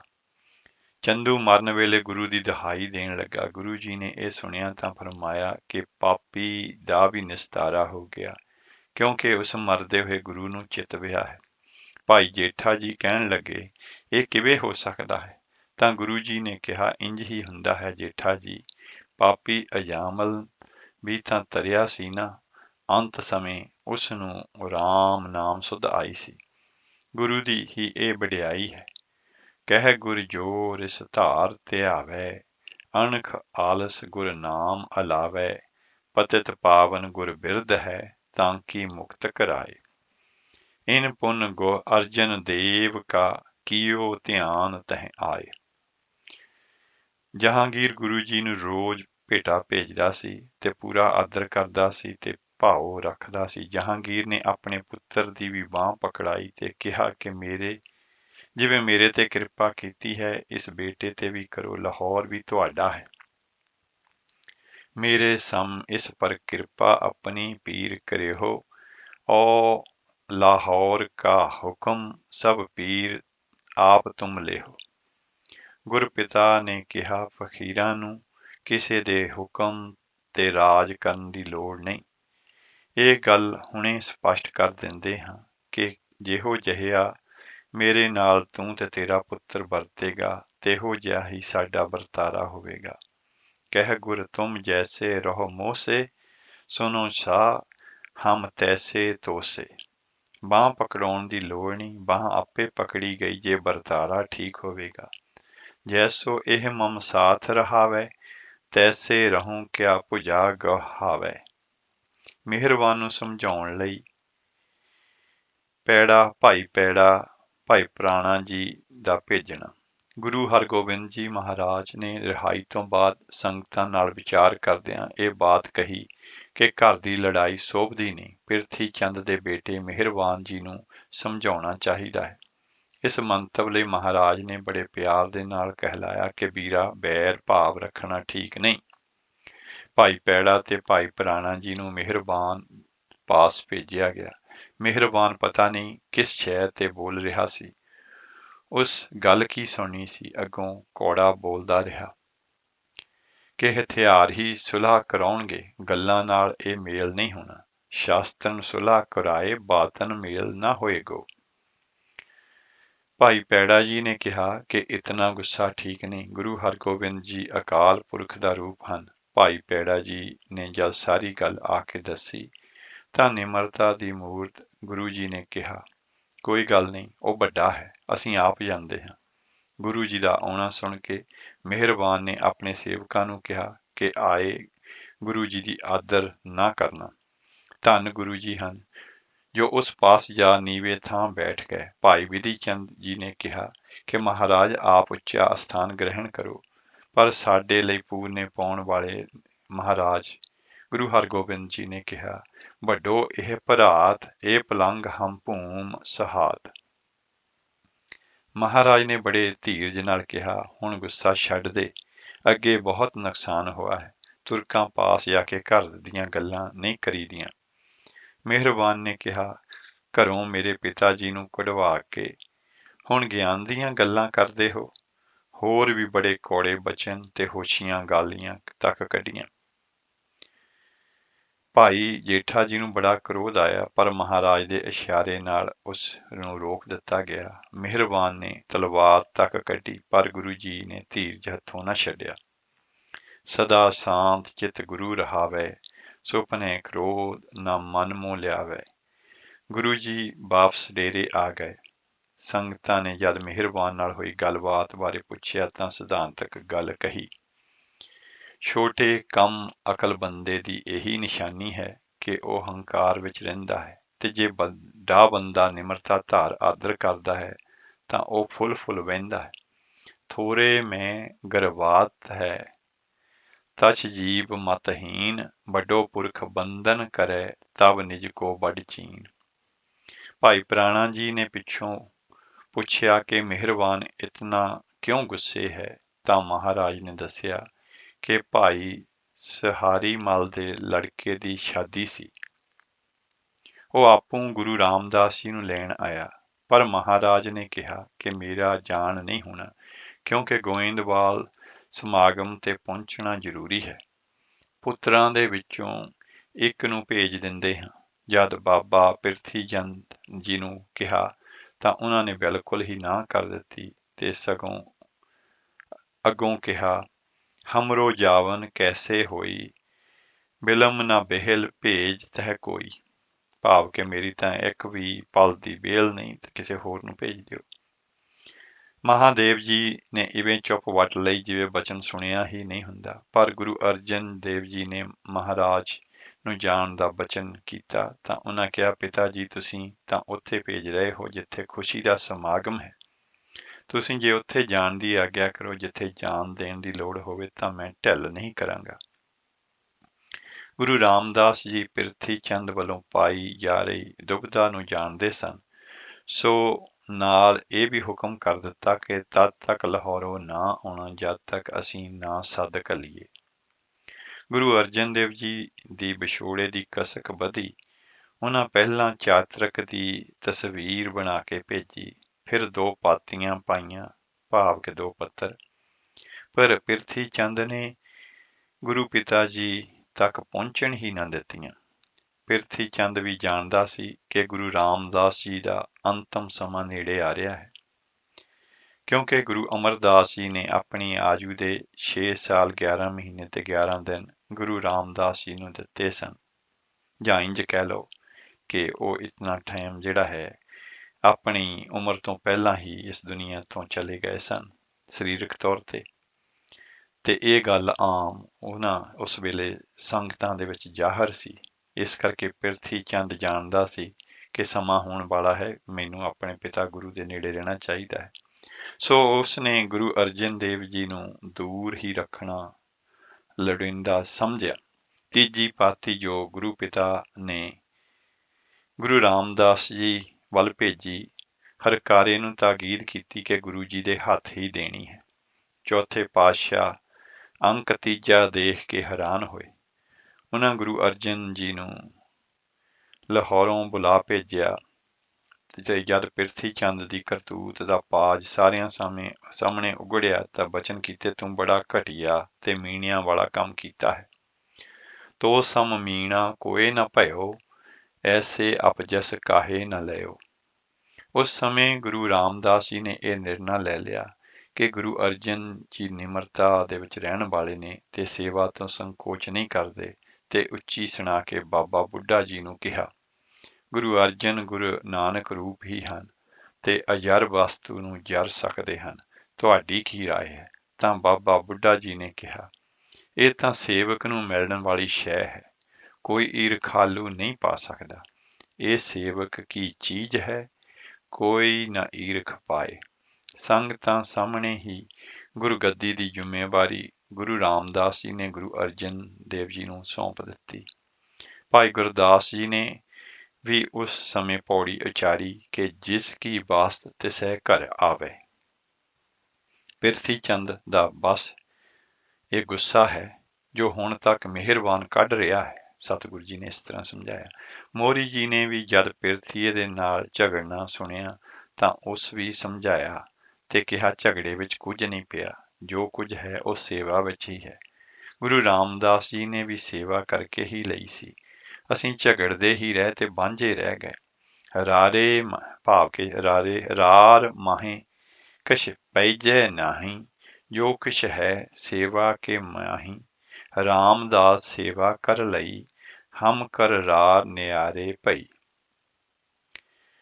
ਅੰਮ੍ਰਿਤਸਰ ਝਗੜਾ ਵੱਧਦਾ ਦੇਖ ਕੇ ਗੁਰੂ ਰਾਮਦਾਸ ਜੀ ਉਸੇ ਦਿਨ ਗੋਇੰਦਵਾਲ ਹੀ ਆ ਗਏ। ਗੁਰੂ ਅਰਜਨ ਦੇਵ ਜੀ ਵੀ ਨਾਲ ਹੀ ਤੁਰ ਪਏ। ਗੁਰੂ ਰਾਮਦਾਸ ਜੀ ਦੇ ਨੇੜੇ ਹੀ ਸਦਾ ਗੁਰੂ ਅਰਜਨ ਦੇਵ ਜੀ ਰਹਿੰਦੇ ਤੇ ਗੁਰੂ ਜੀ ਦੇ ਬਚਨ ਬੜੇ ਗੌਰ ਨਾਲ ਸੁਣਦੇ। 2 ਦਿਨ ਬਾਅਦ ਗੁਰੂ ਰਾਮਦਾਸ ਜੀ ਅੰਮ੍ਰਿਤ ਵੇਲੇ ਉੱਠੇ ਤਾਂ ਬੌਲੀ ਸਾਹਿਬ ਇਸ਼ਨਾਨ ਕਰਨ ਚਲੇ ਗਏ। ਜਪ ਜੀ ਦਾ ਪਾਠ ਕੀਤਾ, ਫਿਰ ਦੀਵਾਨ ਦੇ ਵਿੱਚ ਆਏ। ਆਸਾ ਦੀ ਬਾਰ ਦਾ ਕੀਰਤਨ ਸੁਣਿਆ ਤਾਂ ਜਦ ਸੂਰਜ ਦੀ ਪਹਿਲੀ ਕਿਰਨ ਨਿਕਲੀ ਤਾਂ ਆਪ ਜੀ ਨੇ ਗੁਰੂ ਅਰਜਨ ਜੀ ਨੂੰ ਮੱਥਾ ਟੇਕਦੇ ਹੋਏ ਸੰਗਤਾਂ ਨੂੰ ਸੰਬੋਧਨ ਕਰਦੇ ਹੋਏ ਕਿਹਾ ਕਿ ਮੇਰਾ ਅੰਤਮ ਸਮਾਂ ਆ ਗਿਆ ਹੈ ਅਤੇ ਗੁਰੂ ਅਰਜਨ ਨੂੰ ਮੇਰੇ ਸਮ ਹੀ ਜਾਣਨਾ। ਗੁਰੂ ਨਾਨਕ ਤੇ ਗੁਰੂ ਅਰਜਨ ਦੇ ਵਿੱਚ ਰਤਾ ਵੀ ਭੇਦ ਨਹੀਂ। ਇਤਨਾ ਸੁਣਨਾ ਹੀ ਸੀ ਕਿ ਸਾਰੇ ਪਾਸੇ ਚੁੱਪ ਛਾ ਗਈ। ਕੋਈ ਉਪਾਸਰ ਵੀ ਨਹੀਂ ਸੀ ਕਰ ਰਿਹਾ। ਗੁਰੂ ਅਰਜਨ ਜੀ ਨੇ ਇਹ ਆਗਿਆ ਵੀ ਕੀਤੀ ਕਿ ਅੰਮ੍ਰਿਤਸਰ ਦੇ ਸਰੋਵਰ ਦੇ ਕਾਰਜ ਨੂੰ ਪੂਰਾ ਕਰਨਾ। ਇਤਨਾ ਆਖ ਫਿਰ ਚੁੱਪ ਕਰ ਗਏ, ਅੱਖੀਆਂ ਮੀਟ ਲਈਆਂ, ਬੜਹੰਸ ਦੀ ਬਾਰ ਦਾ ਉਚਾਰਨ ਕੀਤਾ, ਸਮਾਧੀ ਸਥਿਤ ਹੋ ਗਏ ਤੇ ਦੇਖਦੇ ਹੀ ਦੇਖਦੇ ਜੋਤੀ ਜੋਤ ਸਮਾ ਗਏ। ਬਿਆਸਾ ਦੇ ਕਿਨਾਰੇ ਚੰਦਨ ਦੀ ਚਿਖਾ ਬਣਾ ਕੇ ਸੰਸਕਾਰ ਕੀਤਾ ਗਿਆ। ਬਾਬਾ ਬੁੱਢਾ ਜੀ ਨੇ ਰਬਾਬੀਆਂ ਨੂੰ ਕਿਹਾ, ਹੁਣ ਬੜਹੰਸ ਰਾਗ ਦੀਆਂ ਅਲਾਣੀਆਂ ਦਾ ਪਾਠ ਕਰੋ। ਰਬਾਬੀਆਂ ਨੇ ਰਾਗ ਰਲਾ ਕੇ ਐਸਾ ਕੀਰਤਨ ਕੀਤਾ ਕਿ ਸਭ ਦੇ ਚਿੱਤ ਸ਼ਾਂਤ ਹੋ ਗਏ। ਪਿੱਛੋਂ ਕੀਰਤਨ ਸੋਹਲਾ ਦਾ ਪਾਠ ਹੋਇਆ ਤੇ ਕੜਾਹ ਪ੍ਰਸ਼ਾਦ ਵਰਤਾਇਆ ਗਿਆ। ਕੀਰਤਨ ਸੋਹਲਾ ਬਹੁਰ ਉਚਾਰਾ, ਕੜਾਹ ਵਰਤਾਏ ਸਭ ਹੀ ਗ੍ਰਹਿ ਆਏ। ਜਿਸ ਦਿਨ ਜੋਤੀ ਜੋਤ ਸਮਾਏ ਸੰਮਤ 1638 ਤੇ ਸਨ 1581 ਸੀ ਤੇ ਭਾਦਰੋਂ ਸੁਦੀ ਤੀਜੀ ਸੀ। ਪਿਰਥੀ ਚੰਦ ਜਦ ਚੌਥੇ ਦਿਨ ਗੋਇੰਦਵਾਲ ਆਇਆ ਤਾਂ ਉਸੇ ਤਰ੍ਹਾਂ ਤਿਲ ਮਿਲਾ ਰਿਹਾ ਸੀ ਜੋ ਕਿ ਮੂੰਹ ਵਿੱਚ ਆਇਆ ਉਹ ਕਹੀ ਜਾ ਰਿਹਾ ਸੀ। ਮੋਹਨ ਜੀ ਤੇ ਮੋਹਰੀ ਜੀ ਨੂੰ ਕਹਿਣ ਲੱਗਾ, ਇਹ ਉਹਨਾਂ ਦਾ ਲਾਡਲਾ ਪੁੱਤ ਸੀ ਜਿਸ ਨੇ 2 ਦਿਨ ਵੀ ਸਬਰ ਨਹੀਂ ਕੀਤਾ, ਜ਼ਹਿਰ ਦੇ ਕੇ ਮੇਰੇ ਪਿਤਾ ਜੀ ਨੂੰ ਮਾਰ ਦਿੱਤਾ, ਭਾਵ ਕਿ ਗੁਰੂ ਰਾਮਦਾਸ ਜੀ। ਮੋਹਨ ਮੋਹਰੀ ਕੋ ਕਹਾ ਬਡੋ ਪਾਪ ਇਹ ਕੀਨ, ਬਿਖ ਖਵਾਏ ਪਿਤ ਮਾਰਿਓ ਤਿਲਕ 2 ਦਿਨ ਲੀਨ। ਮੋਹਰੀ ਜੀ ਨੇ ਕਿਹਾ ਕਿ ਤੂੰ ਕੀ ਊਲ ਜਲੂਲ ਬਕੀ ਜਾਂਦਾ ਹੈ, ਜੋਸ਼ ਦੀ ਅਗਨੀ ਨੂੰ ਸ਼ਾਂਤ ਕਰ। ਗੁਰੂ ਅਰਜਨ ਜੀ ਵੱਲ ਤੱਕ, ਤੇਰੇ ਕਬੋਲ ਸੁਣ ਕੇ ਵੀ ਸ਼ਾਂਤ ਚਿੱਤ ਨੇ। ਗੁਰੂ ਅਰਜਨ ਮਨ ਰਿਸ ਨਹੀਂ, ਸਦਾ ਸੀਲ ਸੁਖ ਖਾਨ। ਜਦ ਭੋਗ ਵਾਲੇ ਦਿਨ ਪੱਗ ਦੇਣ ਦਾ ਸਮਾਂ ਆਇਆ ਤਾਂ ਗੁਰੂ ਅਰਜਨ ਜੀ ਨੇ ਕਿਹਾ ਕਿ ਪੱਗ ਬਾਬਾ ਪਿਰਥੀ ਚੰਦ ਦੇ ਸਿਰ ਤੇ ਹੀ ਬੰਨੋ, ਇਹ ਮਰਨੇ ਦੀ ਪੱਗ ਹੈ। ਗੁਰਿਆਈ ਦੀ ਦਸਤਾਰ ਤਾਂ ਗੁਰੂ ਅਰਜਨ ਦੇਵ ਜੀ ਦੇ ਸਿਰ ਤੇ ਬੱਧੀ ਜਾ ਚੁੱਕੀ ਸੀ। ਪਿਰਥੀ ਚੰਦ ਨੇ ਅੰਮ੍ਰਿਤਸਰ ਆ ਕੇ ਬੜਾ ਖਰੂਦ ਮਚਾਇਆ। ਗੁਰੂ ਹਰਗੋਬਿੰਦ ਜੀ ਨੇ ਇਹ ਸਾਰੀ ਵਾਰਤਾ ਭਾਈ ਪ੍ਰਾਣਾ ਤੇ ਹੋਰਾਂ ਨੂੰ ਇਸ ਤਰ੍ਹਾਂ ਸੁਣਾਈ। ਇੱਕ ਦਿਨ ਗੁਰੂ ਹਰਗੋਬਿੰਦ ਜੀ ਸਾਹਮਣੇ ਸੱਤੇ ਤੇ ਬਲਵੰਡ ਜੀ ਜਿਉਂ ਕੀਰਤਨ ਤੇ ਬੈਠੇ ਕੀਰਤਨ ਕਰੀ ਹੀ ਗਏ। ਪਤਾ ਨਹੀਂ ਕੀ ਸਰੂਰ ਆਇਆ ਕਿ ਸਮਾਪਤ ਹੀ ਨਾ ਕਰ। ਫਿਰ ਜਰਾ ਕੁ ਕੀਰਤਨ ਰੋਕ ਕੇ ਕਹਿਣ ਲੱਗੇ, ਮਹਾਰਾਜ, ਇੰਜ ਪ੍ਰਤੀਤ ਹੁੰਦਾ ਹੈ ਕਿ ਸਾਡਾ ਦੋਵਾਂ ਦਾ ਅੰਤਮ ਸਮਾਂ ਨੇੜੇ ਆ ਗਿਆ ਹੈ। ਮਹਿਸੂਸ ਹੋ ਰਿਹਾ ਹੈ ਕਿ ਗੁਰੂ ਨਾਨਕ ਦੀ ਮਿਹਰ ਕਰਕੇ ਸਾਨੂੰ ਆਪੂ ਲੈਣ ਆ ਰਹੇ ਹਨ। ਬਸ ਇਤਨੀ ਇੱਛਾ ਸੀ ਕਿ ਜਿੱਥੇ ਗੁਰੂ ਅਰਜਨ ਦੇਵ ਜੀ ਨੂੰ ਬੰਨ ਰਾਵੀ ਰੋੜ ਸ਼ਹੀਦ ਕੀਤਾ ਸੀ, ਉੱਥੇ ਜਿਸਮ ਛੁੱਟੇ। ਉਹਨਾਂ ਦੋਵਾਂ ਨੇ ਗੁਰੂ ਜੀ ਦਾ ਧਿਆਨ ਕਰਕੇ ਅੱਖਾਂ ਮੂੰਦ ਲਈਆਂ ਤੇ ਮੁਖੋਂ ਸਤਨਾਮ ਕਹਿੰਦੇ ਹੀ ਸਵਾਸ ਛੱਡ ਦਿੱਤੇ। ਗੁਰਮੂਰਤ ਮਨ ਮੈਂ ਦ੍ਰਿੜ ਕੀਨੀ, ਸਤਨਾਮ ਕਹਿ ਬਪ ਤਜ ਦੀਨੀ। ਬਾਬਕ ਜੀ ਨੂੰ ਗੁਰੂ ਹਰਗੋਬਿੰਦ ਜੀ ਨੇ ਕਿਹਾ ਕਿ ਇਹਨਾਂ ਦੋਵਾਂ ਦੇ ਕਫਨ ਤਿਆਰ ਕਰੋ ਤੇ ਰਾਵੀ ਕਿਨਾਰੇ ਇਹਨਾਂ ਨੂੰ ਦਫਨਾ ਦਈਏ। ਧੰਨ ਗੁਰੂ ਹਰਗੋਬਿੰਦ ਜੀ ਜੋ ਦੂਜੇ ਦੇ ਅਕੀਦੇ ਦਾ ਇਤਨਾ ਸਤਿਕਾਰ ਕਰਦੇ ਸਨ। ਬਲਵੰਡ ਸੱਤੈ ਕੀ ਦੇ ਉਠਾਏ, ਰਾਵੀ ਤਟ ਦਾਬੀ ਹਿਤ ਲਾਏ, ਕਬਰ ਬਨਾਏ ਆਏ ਫੁਨ ਤਹਾਂ ਹਰ ਗੋਬਿੰਦ ਗੁਰ ਸਥਿਤ ਜਹਾਂ। ਭਾਈ ਬਾਵਕ ਜੀ ਨੂੰ ਆਗਿਆ ਕੀਤੀ ਕਿ ਕੀਰਤਨ ਕਰੋ। ਕੀਰਤਨ ਸੁਣਦੇ ਮਹਾਰਾਜ ਦੇ ਨੈਣ ਸੱਜਲ ਹੋ ਗਏ ਤੇ ਰਮਾਲ ਨਾ ਹੰਝੂ ਪੂੰਝੇ। ਕੀਰਤਨ ਤਾਹੀਂ ਗੁਰੂ ਮਨ ਲਾਇਓ, ਨੈਨਹੁ ਨੀਰ ਰਮਾਲ ਹਟਾਇਓ। ਕੁਝ ਚਿਰ ਪਿੱਛੋਂ ਜਹਾਂਗੀਰ ਦੀ ਮੌਤ ਹੋ ਗਈ। ਜਹਾਂਗੀਰ ਦੀ ਮੌਤ ਤੇ ਗੁਰੂ ਜੀ ਨੇ ਸੁਭਾਵਕ ਹੀ ਕੁੱਪਾ ਰੁੜਿਓ ਦੇ ਬਚਨ ਕੀਤੇ। ਇਸ ਤੋਂ ਪ੍ਰਤੀਤ ਹੁੰਦਾ ਹੈ ਕਿ ਦੋਸਤੀ ਭਗਤੀ ਹੀ ਸੀ। ਸਿੱਖਾਂ ਨੂੰ ਹਰ ਥਾਂ ਹੀ ਖਬਰ ਹੋ ਗਈ ਸੀ ਕਿ ਜੇ ਕੋਈ ਸ਼ਾਸਤਰ ਤੇ ਘੋੜੇ ਗੁਰੂ ਜੀ ਦੇ ਲਈ ਪੇਸ਼ ਕਰੇ ਤਾਂ ਗੁਰੂ ਜੀ ਬੜੇ ਪ੍ਰਸੰਨ ਹੁੰਦੇ ਨੇ।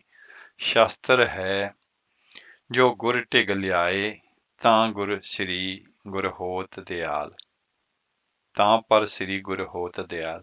ਇੱਕ ਦਿਨ ਇੱਕ ਸਿੱਖ ਭਰੇ ਦਰਬਾਰ ਗਲ ਦੇ ਵਿੱਚ ਪੱਲਾ ਪਾ ਕੇ ਖੜਾ ਹੋ ਗਿਆ। ਉਸ ਦਾ ਮਨ ਦਿਲਗੀਰ ਦਿਸਦਾ ਸੀ।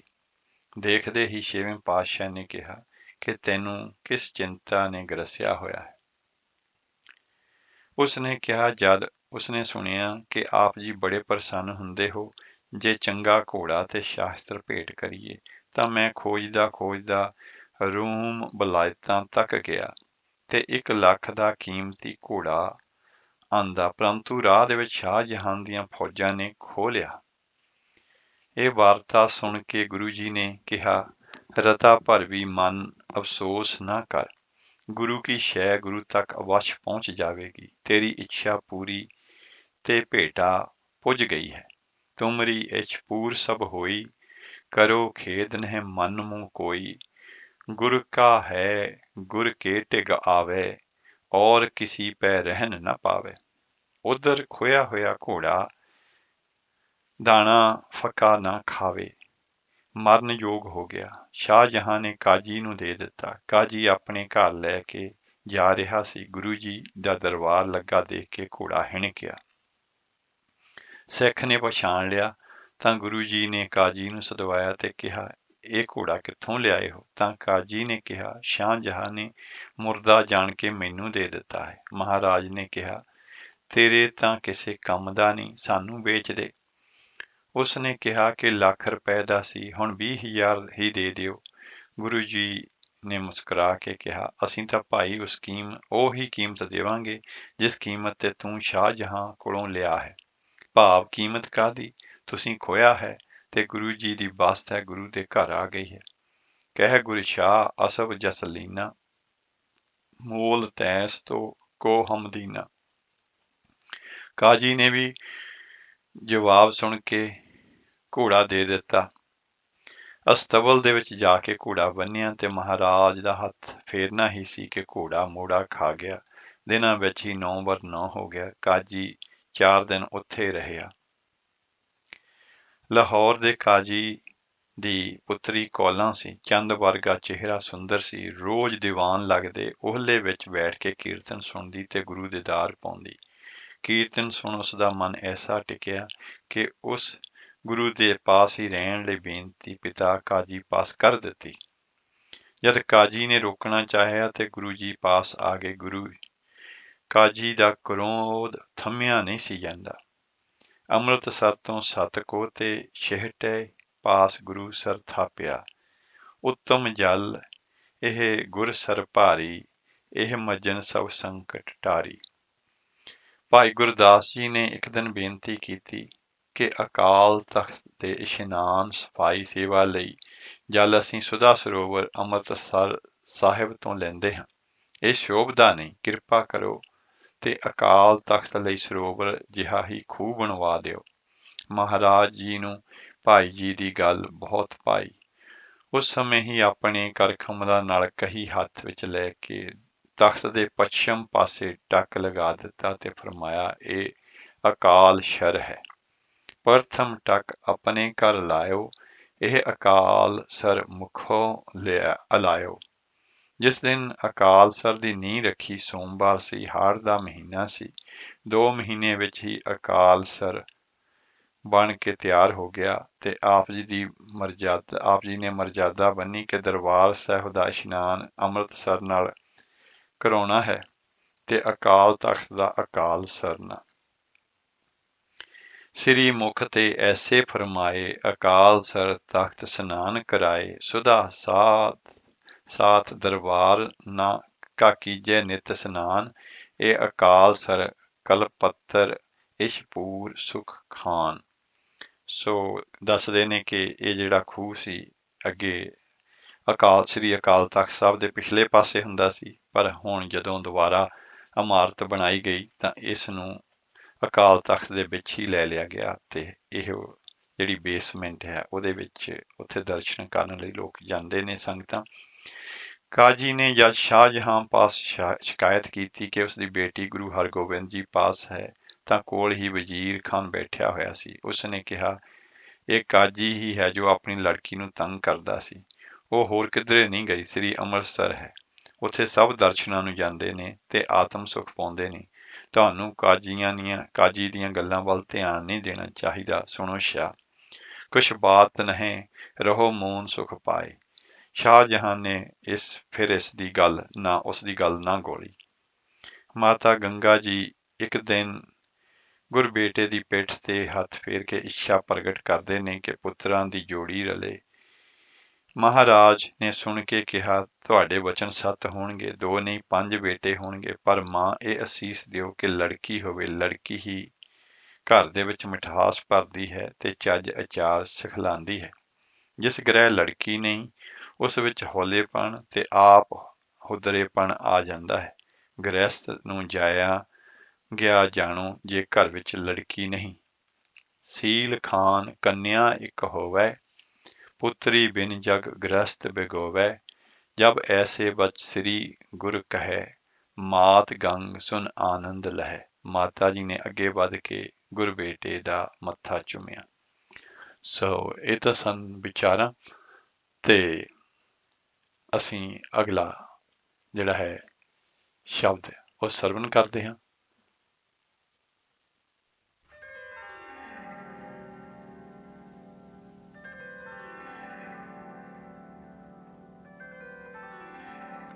ਇੱਕ ਓਮਕਾਰ God is only one. Satnam His name is true. ਕਰਤਾ ਪੁਰਖ He is the creator. ਨਿਰਭਉ He is without fear. Nirvair He is inimical to none. ਅਕਾਲ ਮੂਰਤ He never dies. ਅਜੂਨੀ He is beyond birth and death. ਸੈਭੰ He is self-eliminated. ਗੁਰ ਪ੍ਰਸਾਦ He is realized by the kindness of the true Guru. ਜਪ Repeat his name. Vaheguru, Vaheguru, Vaheguru, Vaheguru, Vaheguru.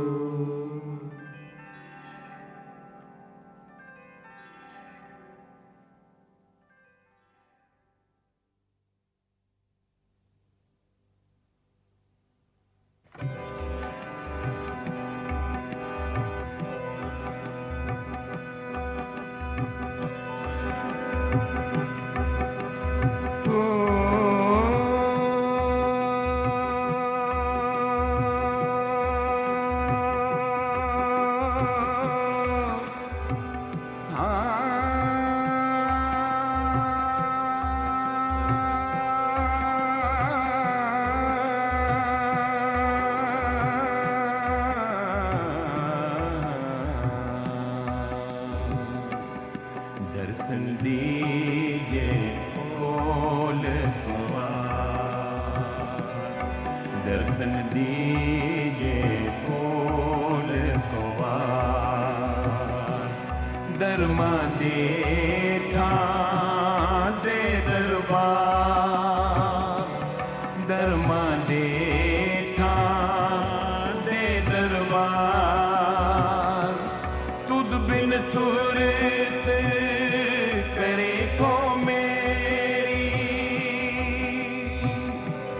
तुद बिन सूरत करे को मेरी, दर्शन दीजे खोल कुआं, खोल कुआं, खोल कुआं, दर्शन दीजिए खोल द्वार, दर्शन दीजिए खोल द्वार।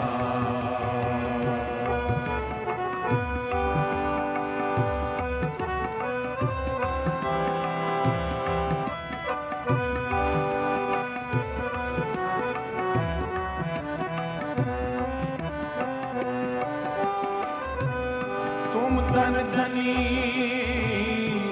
उदार त्यागी, तुम धन धनी उदार त्यागी, त्यागी तुम धन धनी उदार त्यागी। श्रवणन सुनियत सुजस तुमार, सुजस तुमार, सुजस तुमार। दर्शन दीजिए खोल द्वार, दर्शन दीजिए खोल द्वार।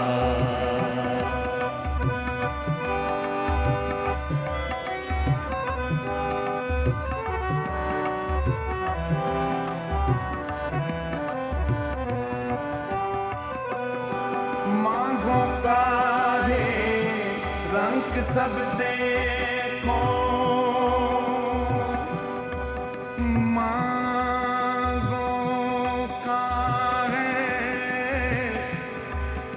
रंग सब देखो।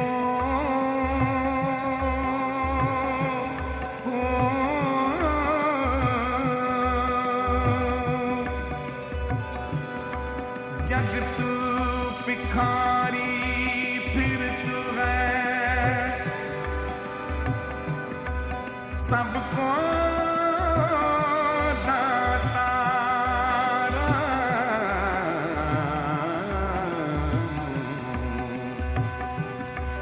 को नानक मन सिमरता,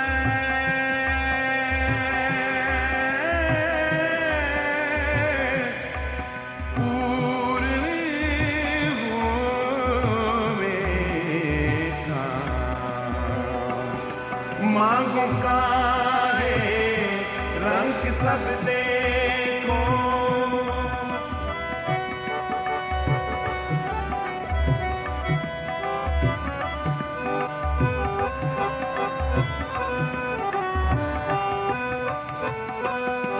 मांगो काहे रंग सब देखो, तुम ही दे मेरो निसता, मेरो निसता, मेरो निसता।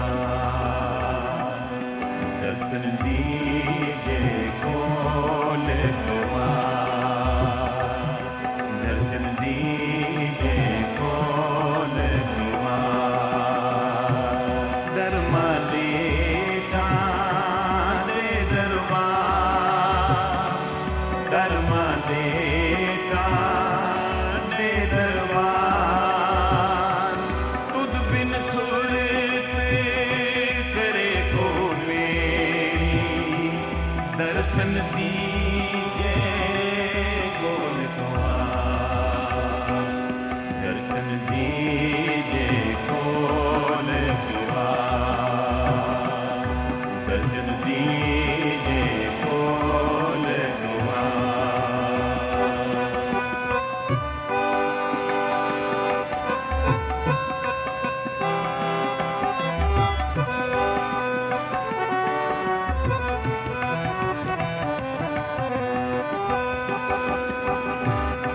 जय देव नामा विप सुदामा,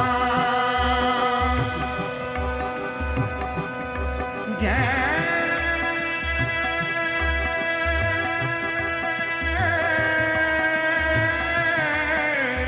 देव नामा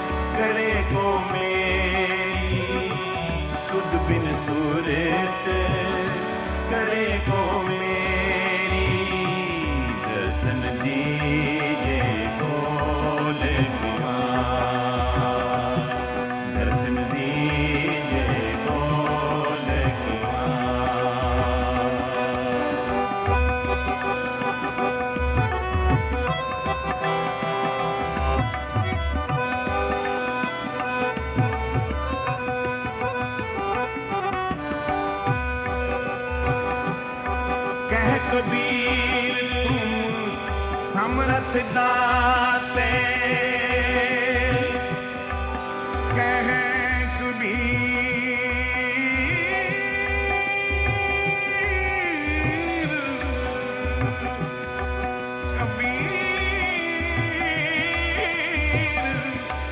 कबीर कबीर कबीर कह कबीर समरथ दाते चार पदार्थ देत नमा देत नबा देत नबा दर्शन दीजे बोल किवा दर्शन दीजे बोल किवा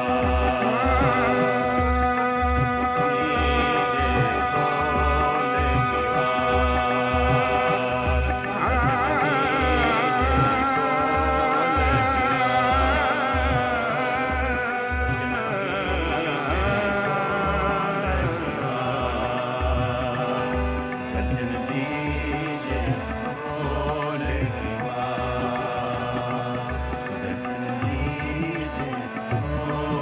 किवा दर्शन दीजे बोल किवा। ਹਾਂਜੀ, ਇਹ ਸਨ ਭਾਈ ਦਵਿੰਦਰ ਸਿੰਘ ਜੀ ਗੁਰਦਾਸਪੁਰ ਵਾਲੇ ਤੇ ਉਹਨਾਂ ਦਾ ਜਥਾ। ਤੇ ਇਸੇ ਦੇ ਨਾਲ ਹੀ ਪ੍ਰੋਗਰਾਮ ਦਾ ਜਿਹੜਾ ਸਮਾਂ ਹੋਣ ਨੂੰ ਹੈ ਤੇ ਅਸੀਂ ਇੱਥੇ ਹੀ ਵਿਦਾਇਗੀ ਲੈਂਦੇ ਹਾਂ। ਹੋਈਆਂ ਗਲਤੀਆਂ ਭੁੱਲਾਂ ਚੁੱਕਾਂ ਦੀ ਖਿਮਾ ਦੀ ਜਾਚਨਾ ਕਰਦੇ ਹੋਏ ਇੱਥੇ ਹੀ ਫਤਿਹ ਬੁਲਾਉਂਦੇ ਹਾਂ ਜੀ। ਵਾਹਿਗੁਰੂ ਜੀ ਕਾ ਖਾਲਸਾ, ਵਾਹਿਗੁਰੂ ਜੀ ਕੀ ਫਤਿਹ। ਸਤਿਗੁਰੂ ਜੀ ਨੇ ਚਾਹਿਆ ਤੇ ਅਗਲੇ ਐਤਵਾਰ ਫਿਰ ਆਪ ਜੀ ਦੀ ਸੇਵਾ ਵਿੱਚ ਹਾਜ਼ਰ ਹੋਵਾਂਗਾ। ਹੁਣ ਆਗਿਆ ਦਿਓ ਤੇ ਆਪਣਾ ਖਿਆਲ ਰੱਖਿਓ ਤੇ ਆਪ ਜੀ ਨੂੰ ਛੱਡ ਕੇ ਜਾ ਰਹੇ ਹਾਂ ਅਗਲੇ ਸ਼ਬਦ ਦੇ ਨਾਲ, ਜਿਸ ਨੂੰ ਗਾਇਨ ਕੀਤਾ ਹੈ ਜਗਜੀਤ ਸਿੰਘ ਜੀ ਨੇ। ਤੇ ਇਸ ਸ਼ਬਦ ਦੇ ਦੂਸਰੇ ਪਾਰ ਆਪ ਜੀ ਨੂੰ ਲੈ ਚੱਲਾਂਗੇ ਗੁਰਦੁਆਰਾ ਗੁਰੂ ਤੇਗ ਬਹਾਦਰ ਸਾਹਿਬ, ਜਿੱਥੋਂ ਆਪ ਜੀ ਸਿੱਧਾ ਪ੍ਰਸਾਦ ਸਰਵਣ ਕਰੋਗੇ। सब सुख दाता राम है, दूसर नाहिन कोय। कहो नानक सुन रे मना, तह सिमरत गत होए। जय सिमरत गत पाइयै, तह पथ रे कहो नानक सुन रे मना, ओद घटत है नीत। पांच तत्व को तन रचियो, जानो हो चतुर सुजान। जहते उपजो नानका, लीनता है घट घट में हर जू बसै, संतन कहो पुकार। कहो नानक तेह भज मना, पौनिद उतरै पार।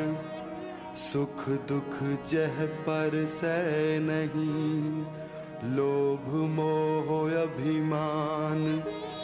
कहो नानक सुन रे मना, सो मूरत भगवान। उस्तत निंदया नाहि जह, कंचन लोह समान।